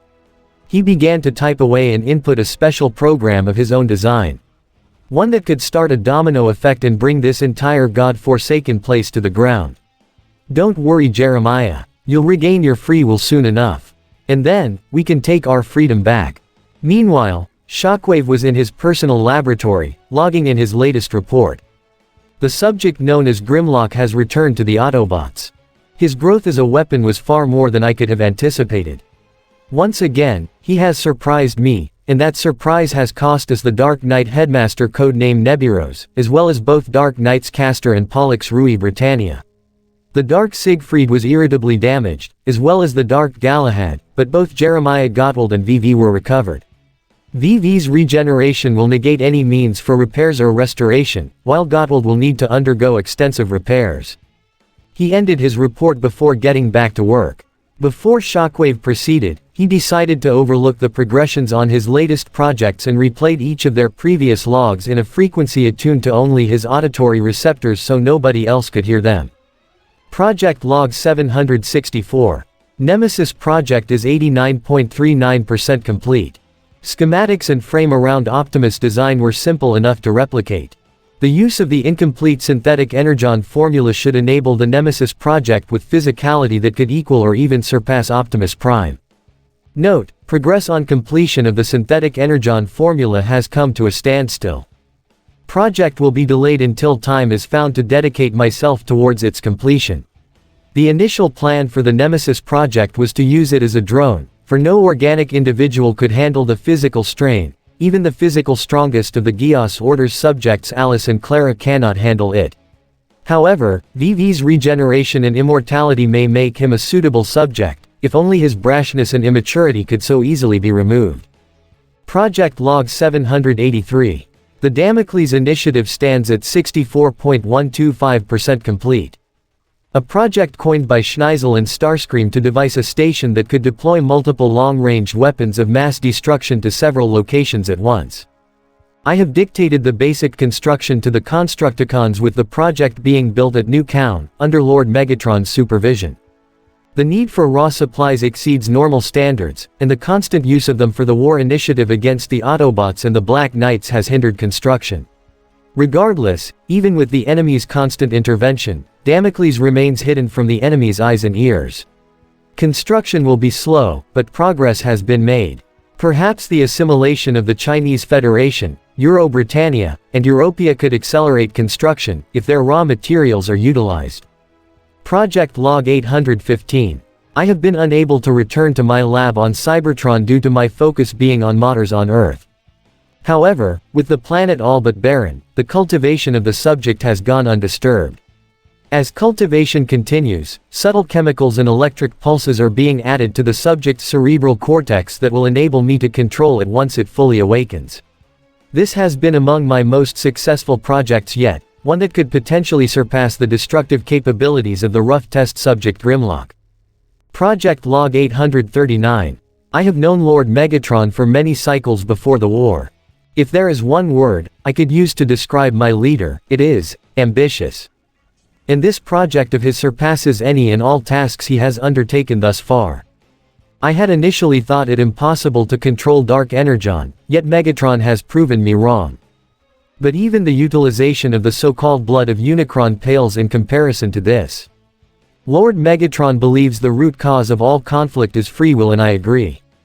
So long as sentient beings possess free will of their own, the universe shall forever know conflict. It is logical. Should this initiative succeed, however, all conflict will cease forever. The late Charles Z. Britannia and VV believed their Ragnarok could deliver to them into a world of their own peace, escaping from the reality they had believed wronged them. It was a childish gesture, but nonetheless that has given Lord Megatron and myself a grander goal to reach that could end not only our current conflict against the Autobots and the Black Knights, but the very concept of conflict will no longer exist. Project Neo Ragnarok has begun. Black Bishop's Gambit. Snow was beginning to fall over the area, just as a speedboat that had recently departed from Castle Weisswolf and arrived at the shore of the designated meeting area. Claus was the first to step off the boat, followed by Layla, as well as Nunnally, Shirley, Rivals, Millie, even Nina. "You all didn't have to come out here with me," Layla told them. "It's going to be dangerous." "Yeah, well, what else is new?" Rivals questioned with a shrug and a friendly smile. "Like we were gonna let you walk into the lion's den alone," Millie commented. "If something goes wrong, we can help you," Nina added. "Were you friends, Layla?" Shirley said sincerely. "And friends stick together, no matter what." Layla smiled almost emotionally at them. "Thank you." However, that look faded as her hands shook slightly, but it wasn't from the cold. She then felt a gentle touch on her left hand and looked to see it was none other than Nunnally holding it. "It's going to work out." Nunnally smiled, without a hint of fear or hesitation in her voice. "We'll get through this." Her smile returned as Layla squeezed her friend's hand back. "I know we will." "Well, this is sweet and all," Claus got their attention. "But let's not keep them waiting." With that, everyone resumed their trek up the hill as more snow continued to fall, Claus at the lead, and everyone else behind him. The former student council members stuck behind Layla to watch her six, while Nunnally stuck by her side and kept her hand firm in her own. After a few more minutes, the group had made to their destination. It was Old Ruins that was currently occupied by a small group of Euro-Britannian soldiers led by Jean. Sitting casually on a chair in the center of the ruins was Shin Hyuga Shang, with the Decepticon Steeljaw and Skybite by his side. "So, you've come," Skybite greeted with a bow. "A pleasure to meet the famous Layla Breisgau. I have to say, you're much younger than I thought you'd be." Layla said nothing, but simply glared at the Decepticon. Steeljaw then noticed the Black Knights that had been escorting Layla and recognized three of them instantly. "Oh, I remember you three." He spoke to Millie, Shirley, and Rivals specifically. "You were in Japan that one time with those Autobots." Steeljaw: "Yeah, we remember you too." Millie's eyes narrowed at the wolf-like Decepticon. "Glad to see I left an impression." Steeljaw chuckled. "Tell me, how close are you to Suzaku and or Colin? Or even the Autobot, RC? That caused all their eyes to narrow. Arachnid is a little upset that she didn't deal the finishing blow to either of those three, but maybe mutilating those closest to them could help console her. Tell that monster if she thinks she can get away with everything she's done. She's got another thing coming." Shirley shouted, only for Jean to aim a gun at her, prompting Millie, Rivals, and even Nina to stand in front of her. "Keep your mouth shut." Jean glared. "That's enough, Jean." Shin spoke in a seemingly calm tone. "There's no need for violence here, isn't that right, Warwick?" He looked to Claus in particular. "That's right," Claus confirmed. "We've come here to discuss terms of surrender. All we ask is that you allow all base personnel to clear out before you move in." "Fair enough." Skybite shrugged. "Apollo's chariot still in there?" "Yes it is." Claus nodded. "Kinda hard to move a giant rocket without actually launching it." "Very good," Shin said. "You were an excellent agent, Mr. Warwick. We'll see to it you get proper asylum in Euro-Britannia." "Thank you." Claus nodded. Nunnally then took a look at the man in front of her and Layla. "So that's Akito's brother. I do see the resemblance, but," she got a good look in his eyes. "Deep down, they are nothing alike. That look in his eyes, he's just empty. Hollow. I wasn't expecting you to bring friends, Ms. Breisgau," Shin said before taking a good look at Nunnally as she continued to stand next to her. However, there was something familiar about her that he couldn't quite identify right away. "Where do I know you from?" He got a good look at her as Nunnally narrowed her eyes back. After a few seconds, it came to him. "Oh, my goodness, Nunnally v Britannia." That got Jean's attention, as well as Steeljaw and Skybite. "The daughter of the late Marianne the Flash. How interesting." Steeljaw commented with a slight chuckle.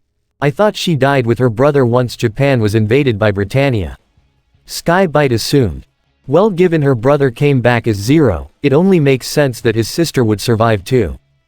Steeljaw said, causing Nunnally and her friends to gasp. What? It wasn't all that hard to figure out. A young prince is exiled upon his mother's death, he and his sister are placed in danger when their own home nation attacks with no regard for their well-being. Then we have a masked revolutionary appear years later leading a group of people that his own nation have oppressed and enslaved.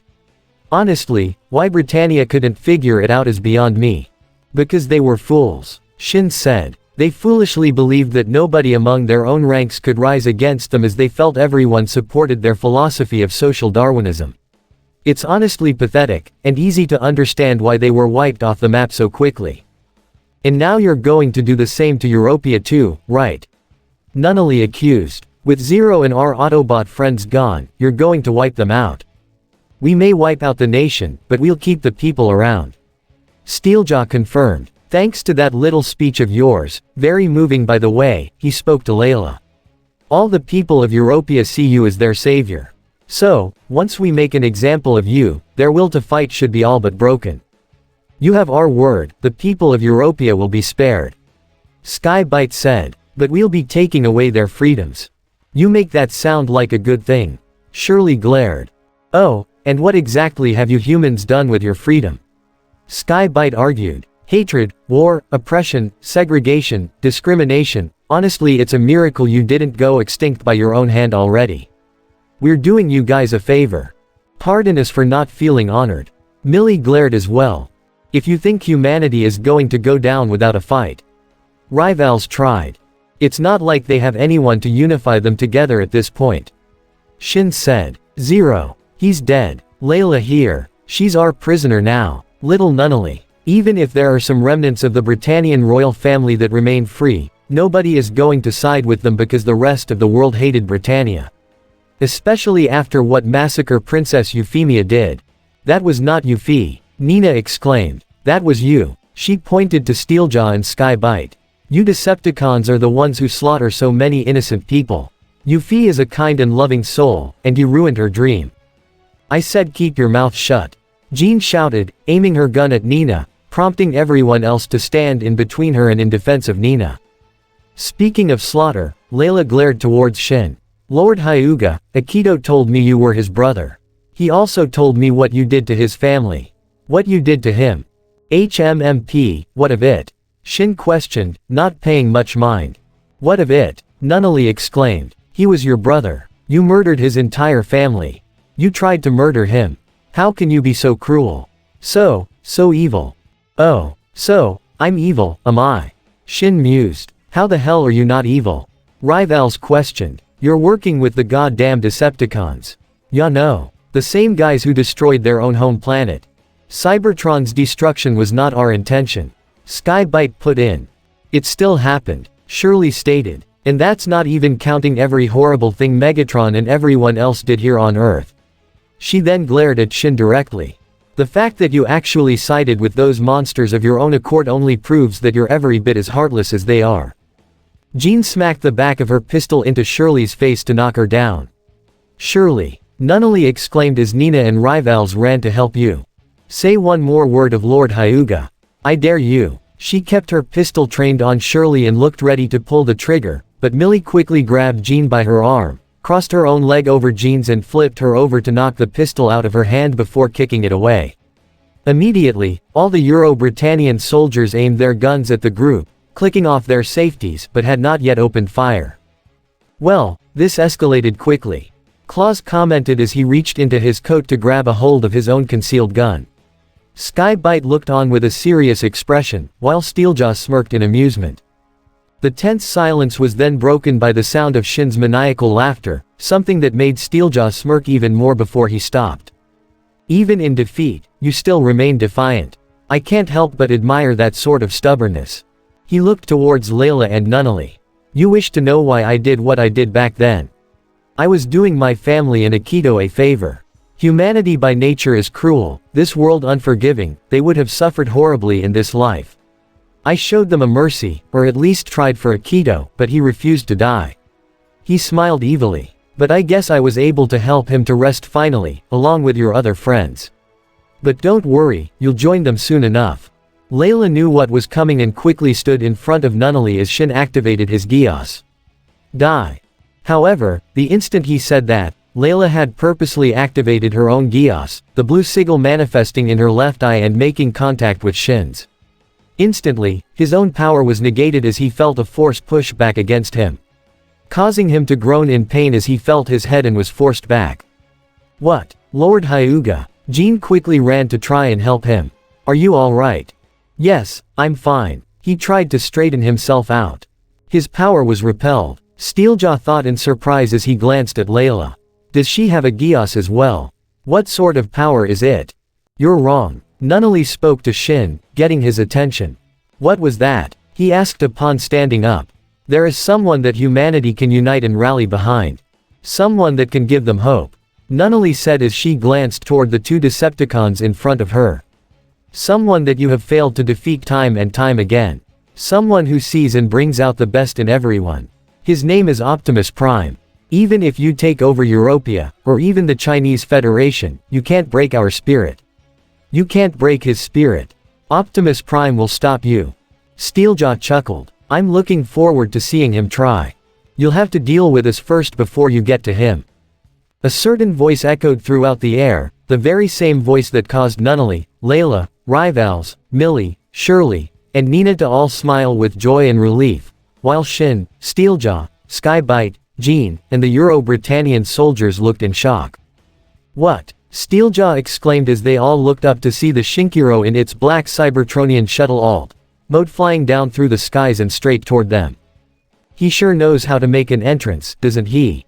Claus commented as he and the young soldiers all ran for cover. Sitting in the cockpit of the transformed Nightmare was the unmasked leader of the Black Knights, Zero, otherwise known as Lelouch v Britannia. And sitting right behind him was his recently rescued half-sister. Strapped in there all right, Maribel? Lelouch asked with a smirk. Give them hell, little brother.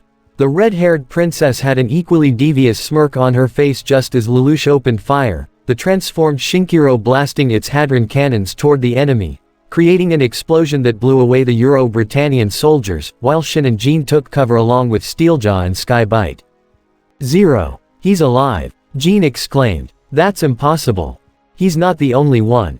The four of them looked in even further shock to see a white Alexander in its insect mode scurrying toward them, the pilot being none other than Akito Hyuga. Right beside him were the respective vehicle modes of Bumblebee and Alita 1. Acting on instinct, Shin and Jean made their way toward their nightmares, pressing on their keys to remotely call them while Bumblebee and Alita gunned toward the two shocked Decepticons. The yellow Autobot transformed and delivered a hook to Steeljaw's face and knock him down, while Alita also transformed and slid on the ground to strike a kick into Skybite and send him crashing into the ruins too. Akito's Alexander transformed into its robot mode as it stood in front of Layla, Nunnally, and the others, its gun pointed out to keep the enemy from getting any closer. Sorry for the delay, Commander. No, Akito. You're right on time. Layla smiled, speaking in a tone indicating she was expecting this. Glad to see you're back from the dead yet again, big brother.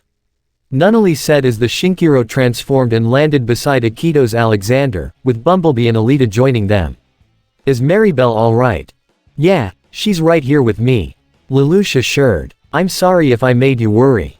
Us. Worried. Dude, this is you we're talking about.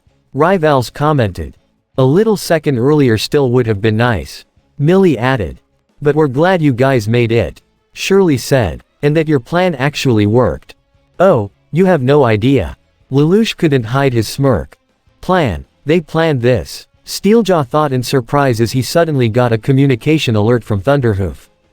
Yo, Steeljaw. The bots and their meatbag buddies are back.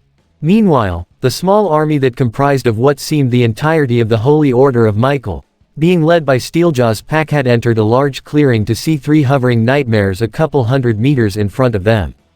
Ya know, I think they actually looked shocked to see us. Rice said as his Raiden screen zoomed in to see the surprised faces of Arachnid, Thunderhoof, Fracture, Underbite, and Quillfire. Should they really be so shocked? Colin questioned, looking almost with a brief smirk. I mean, we're pretty good when it comes to surprises, so they shouldn't be surprised themselves. Suzaku chuckled. Notice you just spoke in contradictory, Colin. But you're right, why don't we give them something to really be shocked about? The Lancelot Albion, Gurren Saitine 8 elements, and Raiden Saitine 7 elements activated their respective energy wings to fire a storm of energy bolts straight toward the small army in front of them. Though the Decepticons in front tried to transform and run away for cover, the Nightmares in the lead were torn to shred and blown away in spectacular fashion. But that wasn't the end of it. The front left side of the army was suddenly bombarded by energon blasts from RC, Smokescreen, and Bulkhead, with Ayano and Yuki's Alexander Valiants, Orpheus Guka Byakuin, and Geno's Tristan Divider opening fire with their respective long-range weapons on the left flank. While at the same time, on the right flank, Strongarm fired with her energon crossbow as she stood with Sideswipe and Grindcore, who threw a large boulder into the mix, while Monica's Florence Nero, and the Alexander Valiants being piloted by Alice and Ryo fired their long-range weapons as well, even Prowl threw his shurikens at the enemy Nightmares that were closest. Already, more than 24 enemy Nightmares had been demolished by the surprise attack as all the present Black Knight Nightmares and Autobot soldiers regrouped in front of them. "Yo! Look at us. We're still alive." Smokescreen raised his hands and waved them around. "If you guys can't get rid of us by rigging a giant ship to blow, maybe it's time to rethink your approach, don't ya think?" Yukiya smirked. "Man, I can't believe Lelouch's plan actually worked." Ayano commented. "Don't get cocky. We still gotta get going," RC stated as she took command. "Autobots, Black Knights, roll out." With that, all the Autobots transformed into their respective vehicle modes along with the Lancelot, Raiden, and Gurren, while the 4 Alexanders transformed into their insect modes and drove off with the Tristan, Florence, and Byakuin flying or rolling alongside them. Arachnid was the first to recover as she glared at the retreating heroes, particularly RC, Colin, and Suzaku. She then turned back to see her fellow Decepticons having regrouped and the Euro-Britannian Nightmares simply standing there, apparently still not over the initial shock. "Don't just stand there, you idiots!" Arachnid yelled at all of them. "Go! After them!" She transformed into her helicopter mode and was joined by the other Decepticons of her team as they transformed as well and drove in pursuit of the heroes, with the small army of Nightmares right behind. Alice looked at the radar of her Alexander. "It looks as though we have their attention. Then we just gotta lure them to the drop zone." Bulkhead replied. "Commander Magnus, Jetfire, we are on our way with the enemy in pursuit." Strongarm reported. "Acknowledged. Payload is ready and will be dropped upon your signal." Magnus reported. Geno smiled. "Well, looks like things are going well on our end. Wonder how Euphemia's doing right now." Euro Britannia, Holy Order of Raphael Base. Explosions raged all around the castle as multiple Viacon troopers pushed against the defenses surrounding the only remaining stronghold of Euro Britannia. The defenses comprised of large, automated turrets and several Nightmares piloted by Euro Britannian soldiers that belonged to not only the Order of Raphael, but even small remnants of the orders of Uriel and Gabriel, even some common Nightmares owned by ordinary soldiers. However, despite their resilience, the Decepticons were laying waste to virtually everything in their path. Inside the castle, Andrea Farnese and Grand Duke Villain stood in the control center as the castle was rocked by another explosion. Status report. Farnese ordered. "Sir, 60% of our outer defenses have been wiped out." One of the military officers reported. "I don't know if we can hold them back much longer." Villain sat back as he placed his shaking hands on his knees. "Is this it? Is this really the end for us? I had expected something like this would happen, the second those vile Decepticons entered our nation, but to see it happen. Duke Villains, there is still hope. We cannot give up yet." Andrea tried reason with him, even though he himself was beginning to doubt his own resolve. "That's right. There is still hope, and we're going to give it to you." A familiar voice spoke through the speakers of the control room, surprising everyone. Villains recognized the voice immediately. "Euphemia. I'm sorry I couldn't get to you sooner, Duke Villains." Euphemia said over the communication systems of a certain ship. Making contact was not an easy task, but Zero was able to pull it off. "So we're here now." Villains questioned over the other line. "That's right, Your Excellency." Toto Thompson said, standing next to Euphemia at the controls of the Granberry. "The Glinda Knights are here, along with some other additional reinforcements." Toto pressed a few key commands on the ship controls, allowing the approaching vessel to fire a series of missiles and hadron cannon blasts towards the Decepticon forces outside the castle, blowing away more than half the Viacon troopers that were previously on the attack. As the remaining Decepticons turned their attention to the Granbury, its deployment hatches opened up as multiple nightmares dropped in. The Glinda Knights, led by Uldren Zevon in the Lancelot Grail, all flew out as their respective nightmares. The Vincent Graham, the Zetland, and pair of Bradfords each had their own built-in float systems. But they weren't alone. Following alongside them were 4 white and red Gloucesters with built-in float systems, owned by the surviving Asura strike force, being led by none other than the red custom Gloucester's energetic pilot. "Hey Decepticons!" Ashley Asura called out to them. "Who's feeling lucky?" Glinda Knights, Asura strike force, attack. Uldren ordered as all the nightmares flew down to engage the enemy with the Granbury providing covering fire. Europia. Back at the negotiation, site-turned battlefield, Shin and Jean had managed to enter their respective nightmares and join the fray. The Vercingetorix shot forward as the Grachus provided cover fire, which the Bumblebee returned as the Shinkiro clashed with the Vercingetorix. Skybite also went on the attack as he transformed into his shark mode and flew toward Alita 1. Who raised her arms to bring up her arm blades and block Skybite's jaw, but he still forced her back quite a bit.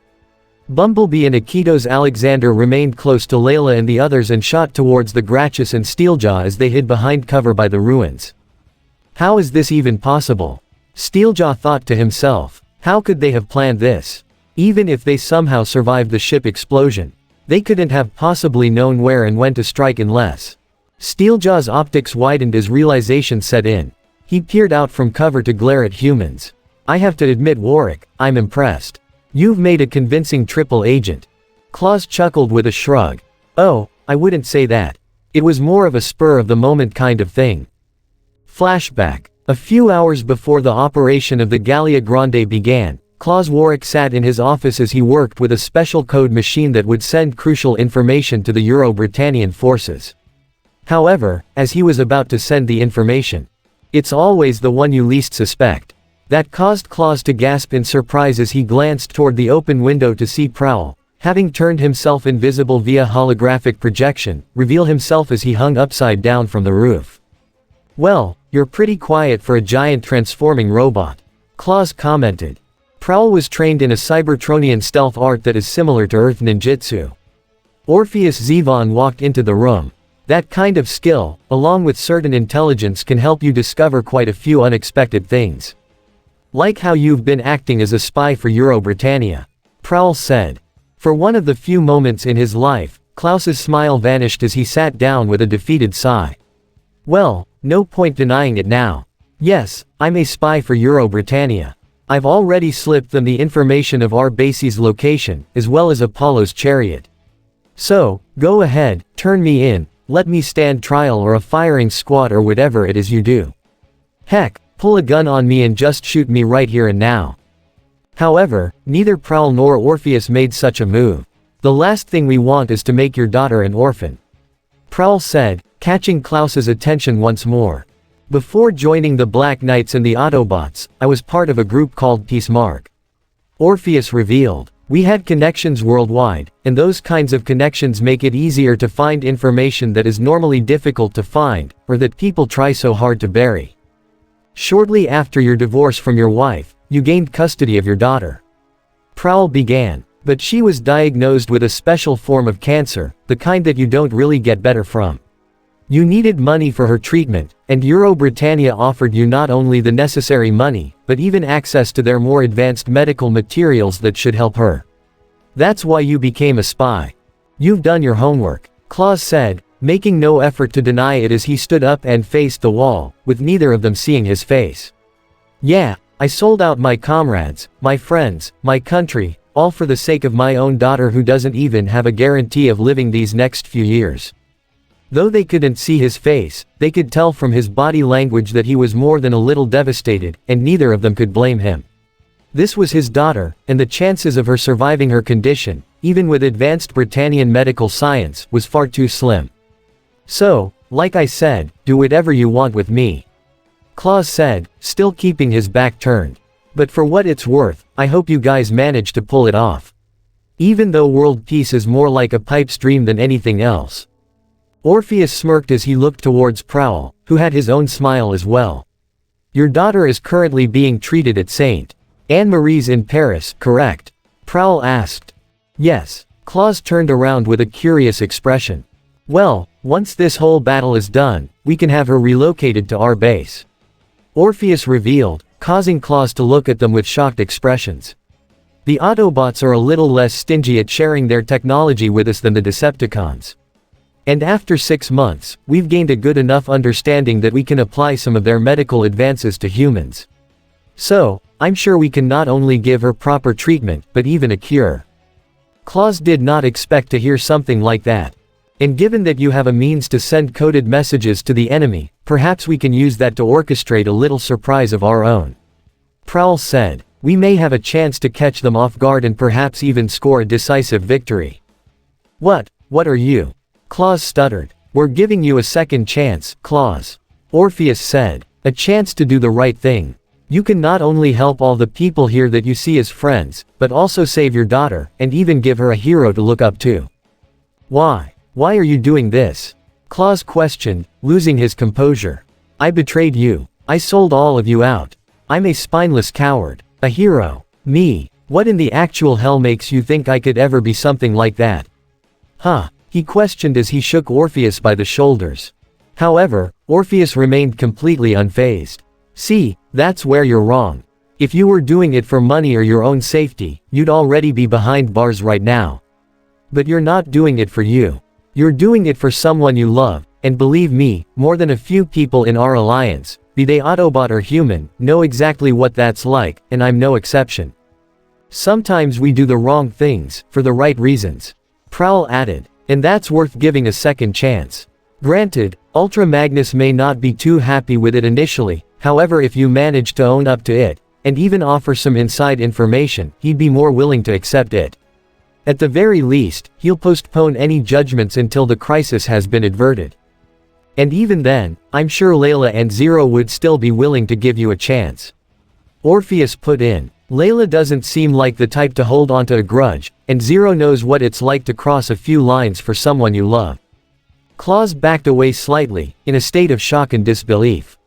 They know he's a spy and are still willing to give him a chance to atone and are even offering to help his sick daughter. Given the time he spent with the Autobots and Black Knights, would actually expect their aid for his daughter, but he did not expect them to give him such an opportunity. His state of shock and disbelief soon turned into an empty chuckle. You guys are something else, you know that right? Claus said in between laughs. How do you do it? How are you so optimistic? Honestly, I wasn't always like this when I first joined Peace Mark. Orpheus confessed. But after spending some time with the Autobots and the Black Knights, I guess it kinda rubbed off on me. And in the state the Earth is currently in, humanity could use some optimism right now. Prowl said. Claus gave a long and deep sigh before he looked at them with a serious expression. Just promise me one thing. Even if I end up dying, Marie still gets her treatment. You have our word. Your daughter will be in safe and capable hands. Prowl promised. A smile formed on Klaus's face. Thank you. I'm in. End flashback. New flashback, Paris. The capital of Europia remained in a state of chaos ever since the destruction of the North Sea power plant, as well as the broadcast of the incoming Decepticon invasion. Even as the night ended and daytime came about, the rioting did not stop. However, citizens of Europia, please listen to my words with an open mind. The voice of Layla rang throughout the city, which drew the attention of several hundreds of people, who stopped rioting to see the transparent image of the young woman hanging in the sky, and all across several large television screens throughout the city. I understand why you are afraid. The hostile regime known as the Decepticons do indeed pose a great threat to us. But it is the height of foolishness to panic in response to their threats and manipulations. It wasn't just across the largest screens in Paris, Layla's speech was being streamed across the internet as well. Nearly everyone in Europia stopped what they were doing as they turned their attention to their computers and smartphones and listened to Layla's words. The Decepticons believe us to be powerless, that we are unable to defend ourselves against them. But we all know that is not true. There is a force out there, an alliance that stands their ground against them even now, fighting for a future where we no longer have to live in fear. They are the Black Knights and the Autobots, warriors of true justice. I give you my word, that the Black Knights are every bit as human as we are. Even the masked revolutionary named Zero is among us, an ordinary human.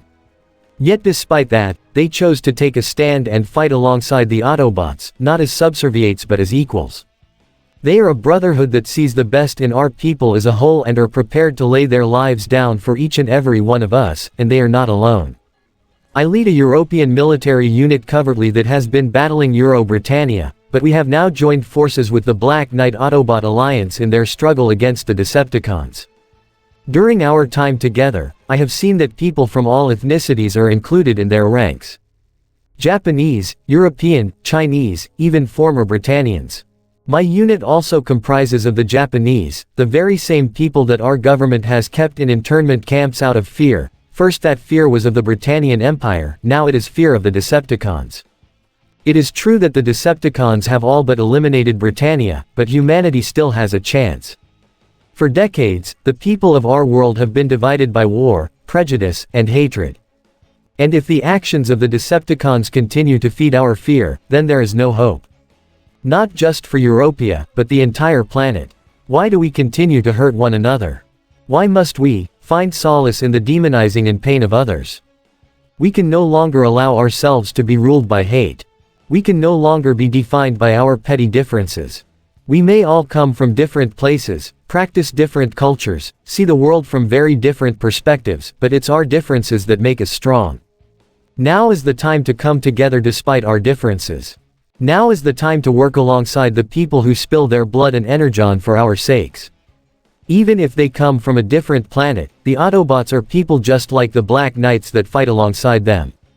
Just like us, the people they continue to protect. We need freedom, in every aspect of our existence.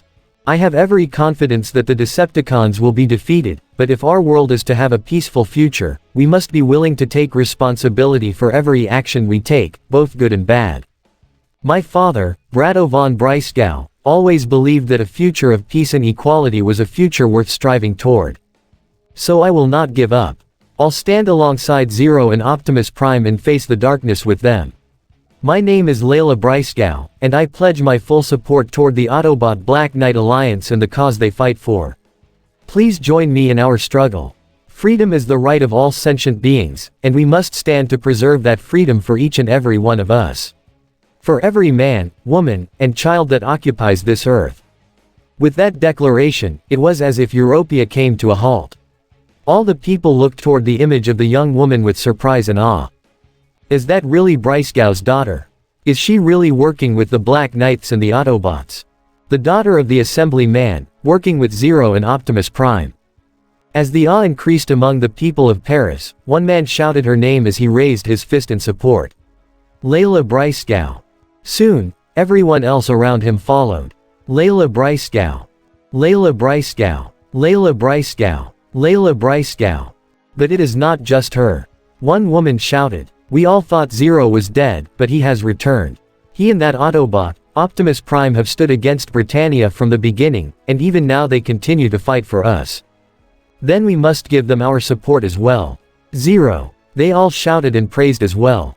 Optimus Prime. The third name was added before all three were shouted together simultaneously. Layla Breisgau. Zero. Optimus Prime. Layla Breisgau. Zero. Optimus Prime. Layla Breisgau. Zero.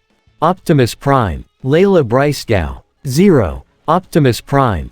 Gene Smilla's office. As the cheer could be heard even from inside his office, General Smilla sat as he saw the whole speech as well through the main screen in front of him. He chuckled slightly before speaking his thoughts aloud. She is certainly your daughter, Brado. You'd be proud of her. Smillis said before smirking. But now, perhaps it's time to send her your way. Or rather, her name anyway. His plan was already in motion. The soldiers he worked closely with were organizing Europea's military forces and preparing to march on Euro-Britannian territory. All they needed was his word, and once he would give the false reports of the deaths of Layla and Zero, their fires would burn even more and they'd be more willing to destroy Euro-Britannia, and the Decepticons stationed there, to avenge their heroes. Suddenly, the door to his office opened. "Hello, General." Smillis looked in surprise to see none other than the young woman before him. "Layla, how did you get over here?" "I used a ground bridge," Layla revealed. "So, you've seen my speech?" "Why, yes." Smillis regained his composure. "And from all the voices outside, it seems you've rallied the people and managed to quell the chaos. It's wonderful, isn't it? Now it looks like our nation is ready to lend its support to the Black Knights and the Autobots. I'm sure Zero and Optimus Prime will be pleased. I especially look forward to meeting the later." "Let me ask you something, General." Layla began. "How did you react to my father's death, exactly?" Though mildly surprised by such a question, he gave his answer. "I was utterly devastated. You know he was a close friend, him and your mother." "You were friends with him?" she asked. "Yes, that is what I just said," Smillis replied. "If that's true, then why did you arrange for his murder?" That completely caught him off guard. "He trusted you. I trusted you. So why did you kill him?" Layla exclaimed. "Layla, I don't know what you're talking about," Smillis stuttered. "One of the most recent additions to the Black Knights alliance with the Autobots was a group named Peace Mark." Layla told him. "They have connections all over the world. If you ask the right types of questions to the right kind of people, you'd be surprised what kinds of rocks are turned over. Brado von Breisgau was not killed by any Britannian assassin, but by you. Why? Why would you kill the very same man who worked so hard for the benefit of Europia?" Smillis sighed before his face became solid and responded. "That is exactly why he had to die. Layla, I respected your father, but his ambitions were weak. If your father were to have his way, all of Europia would have thrown away its weapons, which would have made it all the easier for Britannia to invade and conquer. But, if Europia were to stand as an empire, we could have the means to fight back." Layla questioned. "That is exactly the same train of thought Megatron had when he created the Decepticon regime and destroyed Cybertron." "I am not trying to destroy the Earth," Smillis exclaimed. "No, you just want to see it brought under Europia's heel." Layla's eyes narrowed. "Just as Britannia tried to do. Don't you get it? Trying to force your will on everyone is only going to lead to more destruction. You would spill the blood of innocent people in your quest for power. People will die, yes. But those people will become martyrs just as your father did," Smillis said. "You think democracy is any better? Look at the state Europia was in yesterday when our nation was ruled by capitalists who only thought of themselves. I am trying to make it into what Napoleon had intended. Your dreams of power are only going to consume you, General Smillis." Layla told him. "You cannot prevail against the Decepticons with Europia alone. But I won't be alone," Smillis said. "Once Optimus Prime gets the word of Zero's death, I'm sure he'll be more than eager to work alongside me in repelling the Decepticons. But of course, I can't have you tell him that." He pulled out a pistol and aimed it at Layla's face. "Nothing personal, Layla. For what it's worth, I truly did enjoy our time together." He fired his pistol, only for the bullet to bounce off her chest, leaving her completely unaffected, much to his surprise. "What?" Layla smirked in a sense that was not her own. "You are a fool, General." Her form began to fade away, almost like static before it was revealed that the Layla standing before him was nothing more than a hologram being projected by the armor worn by the masked revolutionary named Zero. Every bit as foolish as the late Charles Z. Britannia. Just another power-hungry warmonger. Zero. Smillis aimed and fired his pistol again, only for the bullets to bounce off his armor as Zero rushed him to punch him in the gut and deliver a roundhouse kick to send him flying across the office and into the wall. This was the second phase of his plan. Lelouch had anticipated the Gallia Grande was booby-trapped somehow. He and all his friends and allies on board, even Maribel, had managed to escape via ground bridge. Though they were unable to return to Castle Weisswolf due to some kind of interference that prevented a ground bridge in that area, they were able to return to European soil all the same. Once they got the broadcast for Layla's speech, Lelouch used a ground bridge to send only himself to Paris and confront Smillis. Before the operation began, he and everyone else at the castle, including Layla herself, got the confirmation from Wizard, using his Peace Mark connections to learn that Smillis had arranged for the assassination of Brado von Breisgau, and now he heard the words straight from Smillis' mouth. You should have seen the look on Layla's face when she found out. Zero told him as he marched over the recovering general and picked him up by his shirt and pinned him to the wall. She cried, in front of everyone.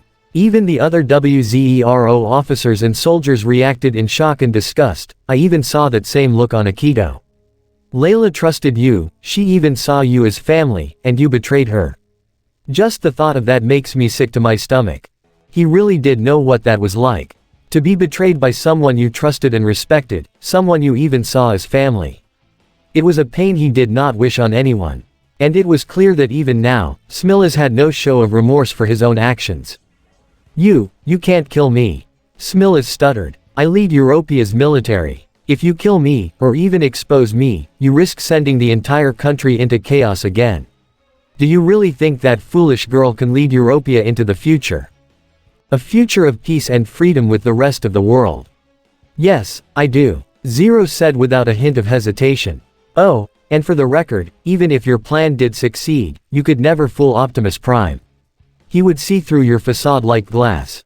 But don't worry, I'm not going to kill you. I won't even expose you. You'll be doing that yourself. What? But first things first, we must rid the Earth of the Decepticons. So until that time, a slit opened in Zero's mask that exposed Lelouch's eyes as his Geass activated. You shall obey Zero.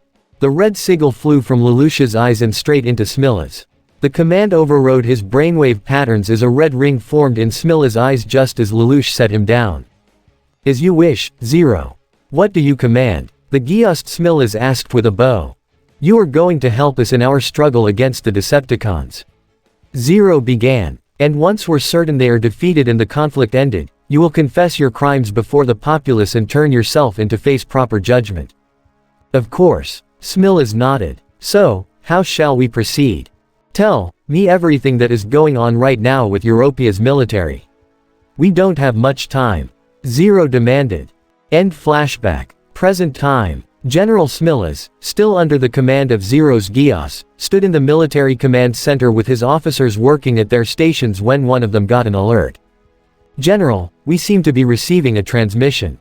It appears to be Britannian in origin. Put it up. Smillas ordered. Yes, sir. With a few key commands, the main screen in the center lit up to reveal the faces of Euphemia, and even Grand Duke Valens as well as Andrea Farnese. The group appeared to be on board the Grandberry. Euphemia, the Black Bishop's gambit is underway. Smillas told her. On her end, Euphy got the subtle message that told her Lelouch's plan had worked. Now it was time to begin coordinating their forces. General Smillas, as you can see, I stand with Grand Duke Valens of Euro-Britannia, and Andreas Farnese, the last surviving head of Euro-Britannia's Knights. Euphemia began. Working alongside the Glinda Knights, we have formed a resistance group in Euro-Britannia and are ready to fight alongside your forces in repelling the Decepticons from the continent. Then what are waiting for? The Geass Smillas replied. Let's get to work. Back in the ruins outside Castle Weisswolf, Layla and her group had managed to make it back to the speedboat as they looked back to hear the sounds of battle with explosions going off in the distance. I still can't believe his plan actually worked. Claus commented. I know he's supposed to be a chess master and all but damn, impressive. He said with a smirk. You should see him when actually plays chess. Rivals said with a smirk. Maybe we should get going. Nina suggested. We'll meet them back at the castle, right? Right. Shirley nodded. She quickly noticed Layla looking back with a somewhat worried expression. Hey, Layla. They're going to be okay. Come on, you have faith in them, right? Millie said before a teasing smirk fell on her face. You have faith in him. That earned a chuckle from Layla as she looked toward Millie with a semi-annoyed smirk. You just couldn't help yourself there, could you? Sorry, force of habit. Millie shrugged. I have faith in them. Nunnally said as she squeezed Layla's hand once more. Big Brother, Suzaku, Bumblebee, Alice, Akito, all of them. They'll make it through this. I know they will. Layla nodded without a hint of hesitation. She truly did have faith in all of them, her friends and comrades, and especially Akito. Let's go. They boarded the speedboat as Claus turned on the ignition and drove it back toward Castle Weisswolf. Back at the ruins, Alita was forced back into a wall that almost collapsed on impact. She kept her arm blades up and crossed as Sky Bite, still in his shark mode, continued to bite down on her while also pushing harder with his thrusters. However, Alita smirked as she purposely fell back with the collapsing wall and pulled back her feet before kicking into Sky Bite's underside to send him flying upward. Before he had a chance to recover, she opened fire with her energon blasters to blast him down. Steeljaw sliced his claws toward Bumblebee, who ducked underneath one slice before using his right arm to parry another strike and deal a punch to Steeljaw's face. Bumblebee then drew his katana to slice at Steeljaw's side as he reeled back, but Steeljaw quickly recovered to parry the katana strike with his claws before pouncing at Bumblebee. Akito's Alexander shot toward the Grachus as it fired its slash harkens at him, but Akito leapt over the strikes to land behind the Grachus and bring out its tonfas to strike at the Jean's Silver Nightmare, but she quickly recovered and drew her Grachus, rapier to block and parry the tonfas from the Alexander as she glared at the enemy.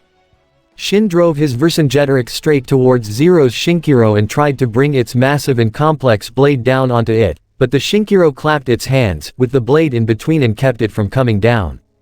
"Shang, you made a big mistake screwing around with my mind like that," Maribel exclaimed from inside her brother's nightmare. "Maribel, you survived too," Shin commented with a smirk. "I suppose family has to stick together, right Lelouch? You think I'd be shocked at you learning my identity?" Lelouch questioned. "At this point, I don't really care what others think of me. It still won't stop me from freeing this world." Shin pulled the Vercingetorix's blade back, as he withdrew his nightmare. "Akito." Shin spoke to his brother, whose Alexander had just knocked down Jean's Grachus. "Why don't you help your big brother out, and die?" Shin's Geass activated as he tried to trigger the command that he gave his brother. This would send Akito into a rage and attack everyone in sight, maybe giving him and his allies a chance to kill Zero here and now. However, Akito looked at Shin with an unfazed expression. "That won't work on me anymore, brother." For one of the few moments in his life, Shin was completely caught off guard. "What? I've been purged of the curse you gave me as a child," Akito revealed. "That's impossible, how could you have?" Shin questioned. "Do you know what your problem is, Shin?" Lelouch asked. "You underestimate humanity. Even if Geass is a cursed power, that doesn't mean we can use it for good." A smirk fell on his face. "Just ask my friend, Sarah." That was the signal. That was the opportunity for the pink Akatsuki to emerge from its hiding spot among the clouds and shoot toward the ground at high speed straight toward the Vercingetorix, crashing into the Golden Nightmare and sending it crashing through the ruins and trees. Lord Hyuga. Jean had just recovered with her Grachus and was about to go in and help, only for the Shinkiro and Akito's Alexander to block its path. Shin grunted as he wiped some blood from his mouth. He tried to pull up on his nightmare, only for Chera's pink Akatsuki to land on top of it. The pink nightmare's hands quickly reached down to grab the Vercingetorix's cockpit. "If I could remove your Geass from your twisted mind, I wouldn't hesitate to do it," Sarah said. "But since that's not an option, I can do the next best thing and suppress it." She channeled her power, her Geass emblem glowing a bright red. It may be in direct contact, but it was still contact, nonetheless. Shin gasped as he felt Chera's power flow through his being and go straight into his mind. He tried to channel his own Geass power and fight back, but soon felt something being built around it. Almost like a piece of his mind was being walled off and contained from the rest, which forced his power to deactivate. "No, you dare to try and contain me," Shin exclaimed in rage as he tried to pull up on his nightmare. "Yes, I dare," Sarah stated with a determined and fierce expression. Meanwhile, the Autobots, Black Knights, and WZERO soldiers continued to flee from the pursuing army of Britannian nightmares being led by the Decepticons in Steeljaw's pack. The enemy army firing with everything they had from machine guns to rockets to energon blasts and even large portable energy-based rail guns. One of which fired a powerful green bolt that shot toward the fleeing heroes. Acting quickly, Wright turned his Raiden around and fired a bolt of electricity from its Surger claw to intercept the bolt, causing a large explosion to ignite in between the two forces. The shockwave was powerful enough to give the fleeing heroes an even further boost forward. A few briefly lost their balance before regaining it and continuing onward, while the enemy was forced to stop and avoid getting caught up in the blast. "Those railguns are gonna be a problem," Rai stated. "Then we better get rid of them." RC stated before contacting their air support. Jetfire, take care of their heavy artillery. We can't have that intercept the payload. Roger. As they continued to flee, the Decepticons at the lead transformed into their robot modes as the smoke began to clear. Look at those cowards run. Too scared to face the revolution. Quillfire exclaimed. They're not even trying to fight back. Why? Fracture asked. Maybe they just don't have the brass. Thunderhoof commented. However, Arachnid gazed up toward the sky as she saw something moving fast toward them. Her optics zoomed in to see it was the jet mode of Jetfire. We got enemies in the sky. Arachnid turned back towards the Britannian army. Shoot him down. Immediately, all the hundreds of Sutherlands fired toward Jetfire, but he proved too quick and agile and had avoided nearly every single shot. But he wouldn't have too much longer as he got a target lock on all 3 energy rail guns and fired his missiles. Jetfire curved upward just as the missiles made contact and obliterated the rail guns. We lost our heavy artillery. One of the Britannian commanders exclaimed. Commander Magnus, their railguns are destroyed. Drop the payload. Jetfire reported in as he flew away. Acknowledged. Ultra Magnus responded from within the cockpit of his ship, the Iron Will. His vessel had a large tractor beam shining out from a device in its back. What was attached to the tractor beam, being suspended in air by anti-gravity energy, was none other than the wreckage of the Gallia Grande. Though it was all in pieces, it was still incredibly massive and would serve the purpose. Not exactly what I call a payload, nor is it an orthodox method. Ultra Magnus commented to himself. But, I will give Lelouch points for creativity. This could even make the wreckers jealous. He contacted his forces. All Autobots and Black Knights, as well as WZERO soldiers, clear the area. Dropping the payload now. With that, Ultra Magnus pressed the right buttons, causing the tractor beam to deactivate and drop the remains of the large Euro-Britannian ship. Back on the ground, Underbite sniffed the air. I smell metal. A lot of it, and it's coming right at us. Arachnid and the other Decepticons present gazed up toward the clouds again, seeing a darkened shape just beyond them. However, their optics widened in terror as they saw the debris of the Gallia Grande fall straight toward them. Clear out. Now. Arachnid screamed as she transformed into her helicopter mode and flew away. Hey, wait for me. Thunderhoof also transformed and put the pedal to the metal, followed by Underbite, Quillfire, and Fracture. All the Britannian soldiers saw what was happening as well and attempted to follow their lead. Retreat. All units retreat. However, the smaller pieces of debris impacted first, crushing and breaking several nightmares, or even landing in front of them to block their path as larger and heavier pieces fell on top of them. In no time, the entire cluster of rubble had fallen onto the Holy Order of Michael's forces. Though the frontmost and rearmost nightmares were able to escape, but in that one instant, they had lost more than 2/3 of their whole army. The entire area shook with a large impact, which was enough to distract Steeljaw from his fight with Bumblebee. What in the... He was suddenly punched across the face by the black and yellow scout to send him crashing into the ruins, with Bumblebee opening fire with his energon blasters on the ruins above him, causing it all to collapse on Steeljaw. At the same time, Alita 1 slid under Skybite as he tried to slash at her with his claw, but she swept her feet to knock him down before grabbing his foot and flinging him toward the recovering Vercingetorix after Sarah had finished her work, her pink Akatsuki pulling back toward the Shinkiro. Lord Hyuga. Jean's distraction was her undoing as Akito's Alexander drove one of its arm blades into the Grachus, right leg, and the other into its left arm. With a twist, both limbs were severed, crippling the nightmare. It's done, I've suppressed his Geass. Sarah informed the group. I can't say for certain if it's suppressed permanently, but it should slow him down. Just got word from the others. The leader reported. The payload was dropped, and all our forces are regrouping at Castle Weisswolf. Nunnally, Layla, and the others are already there as well. We could finish them off right here and now. Maribel suggested. No, Zero said. Let them regroup and lick their wounds. We still got to solve that issue with the ground bridge, and see to it all personnel in the castle are taken care of. Akito paid one last glance to the Vercingetorix, seeing its cockpit open, with Shin climbing out to glare at all of them. He'd honestly never seen his brother so out of composure like that. His eyes burned with rage and his teeth gnashed so hard, they looked like they might crack. We'll settle this later, brother. Akito told him before the group made their leave. The Shinkiro transformed into its Cybertronian shuttle mode, allowing Akito's Alexander to grab onto it and fly away with Chera's pink Akatsuki. Bumblebee and Alita both transformed into their vehicle modes and drove away with them.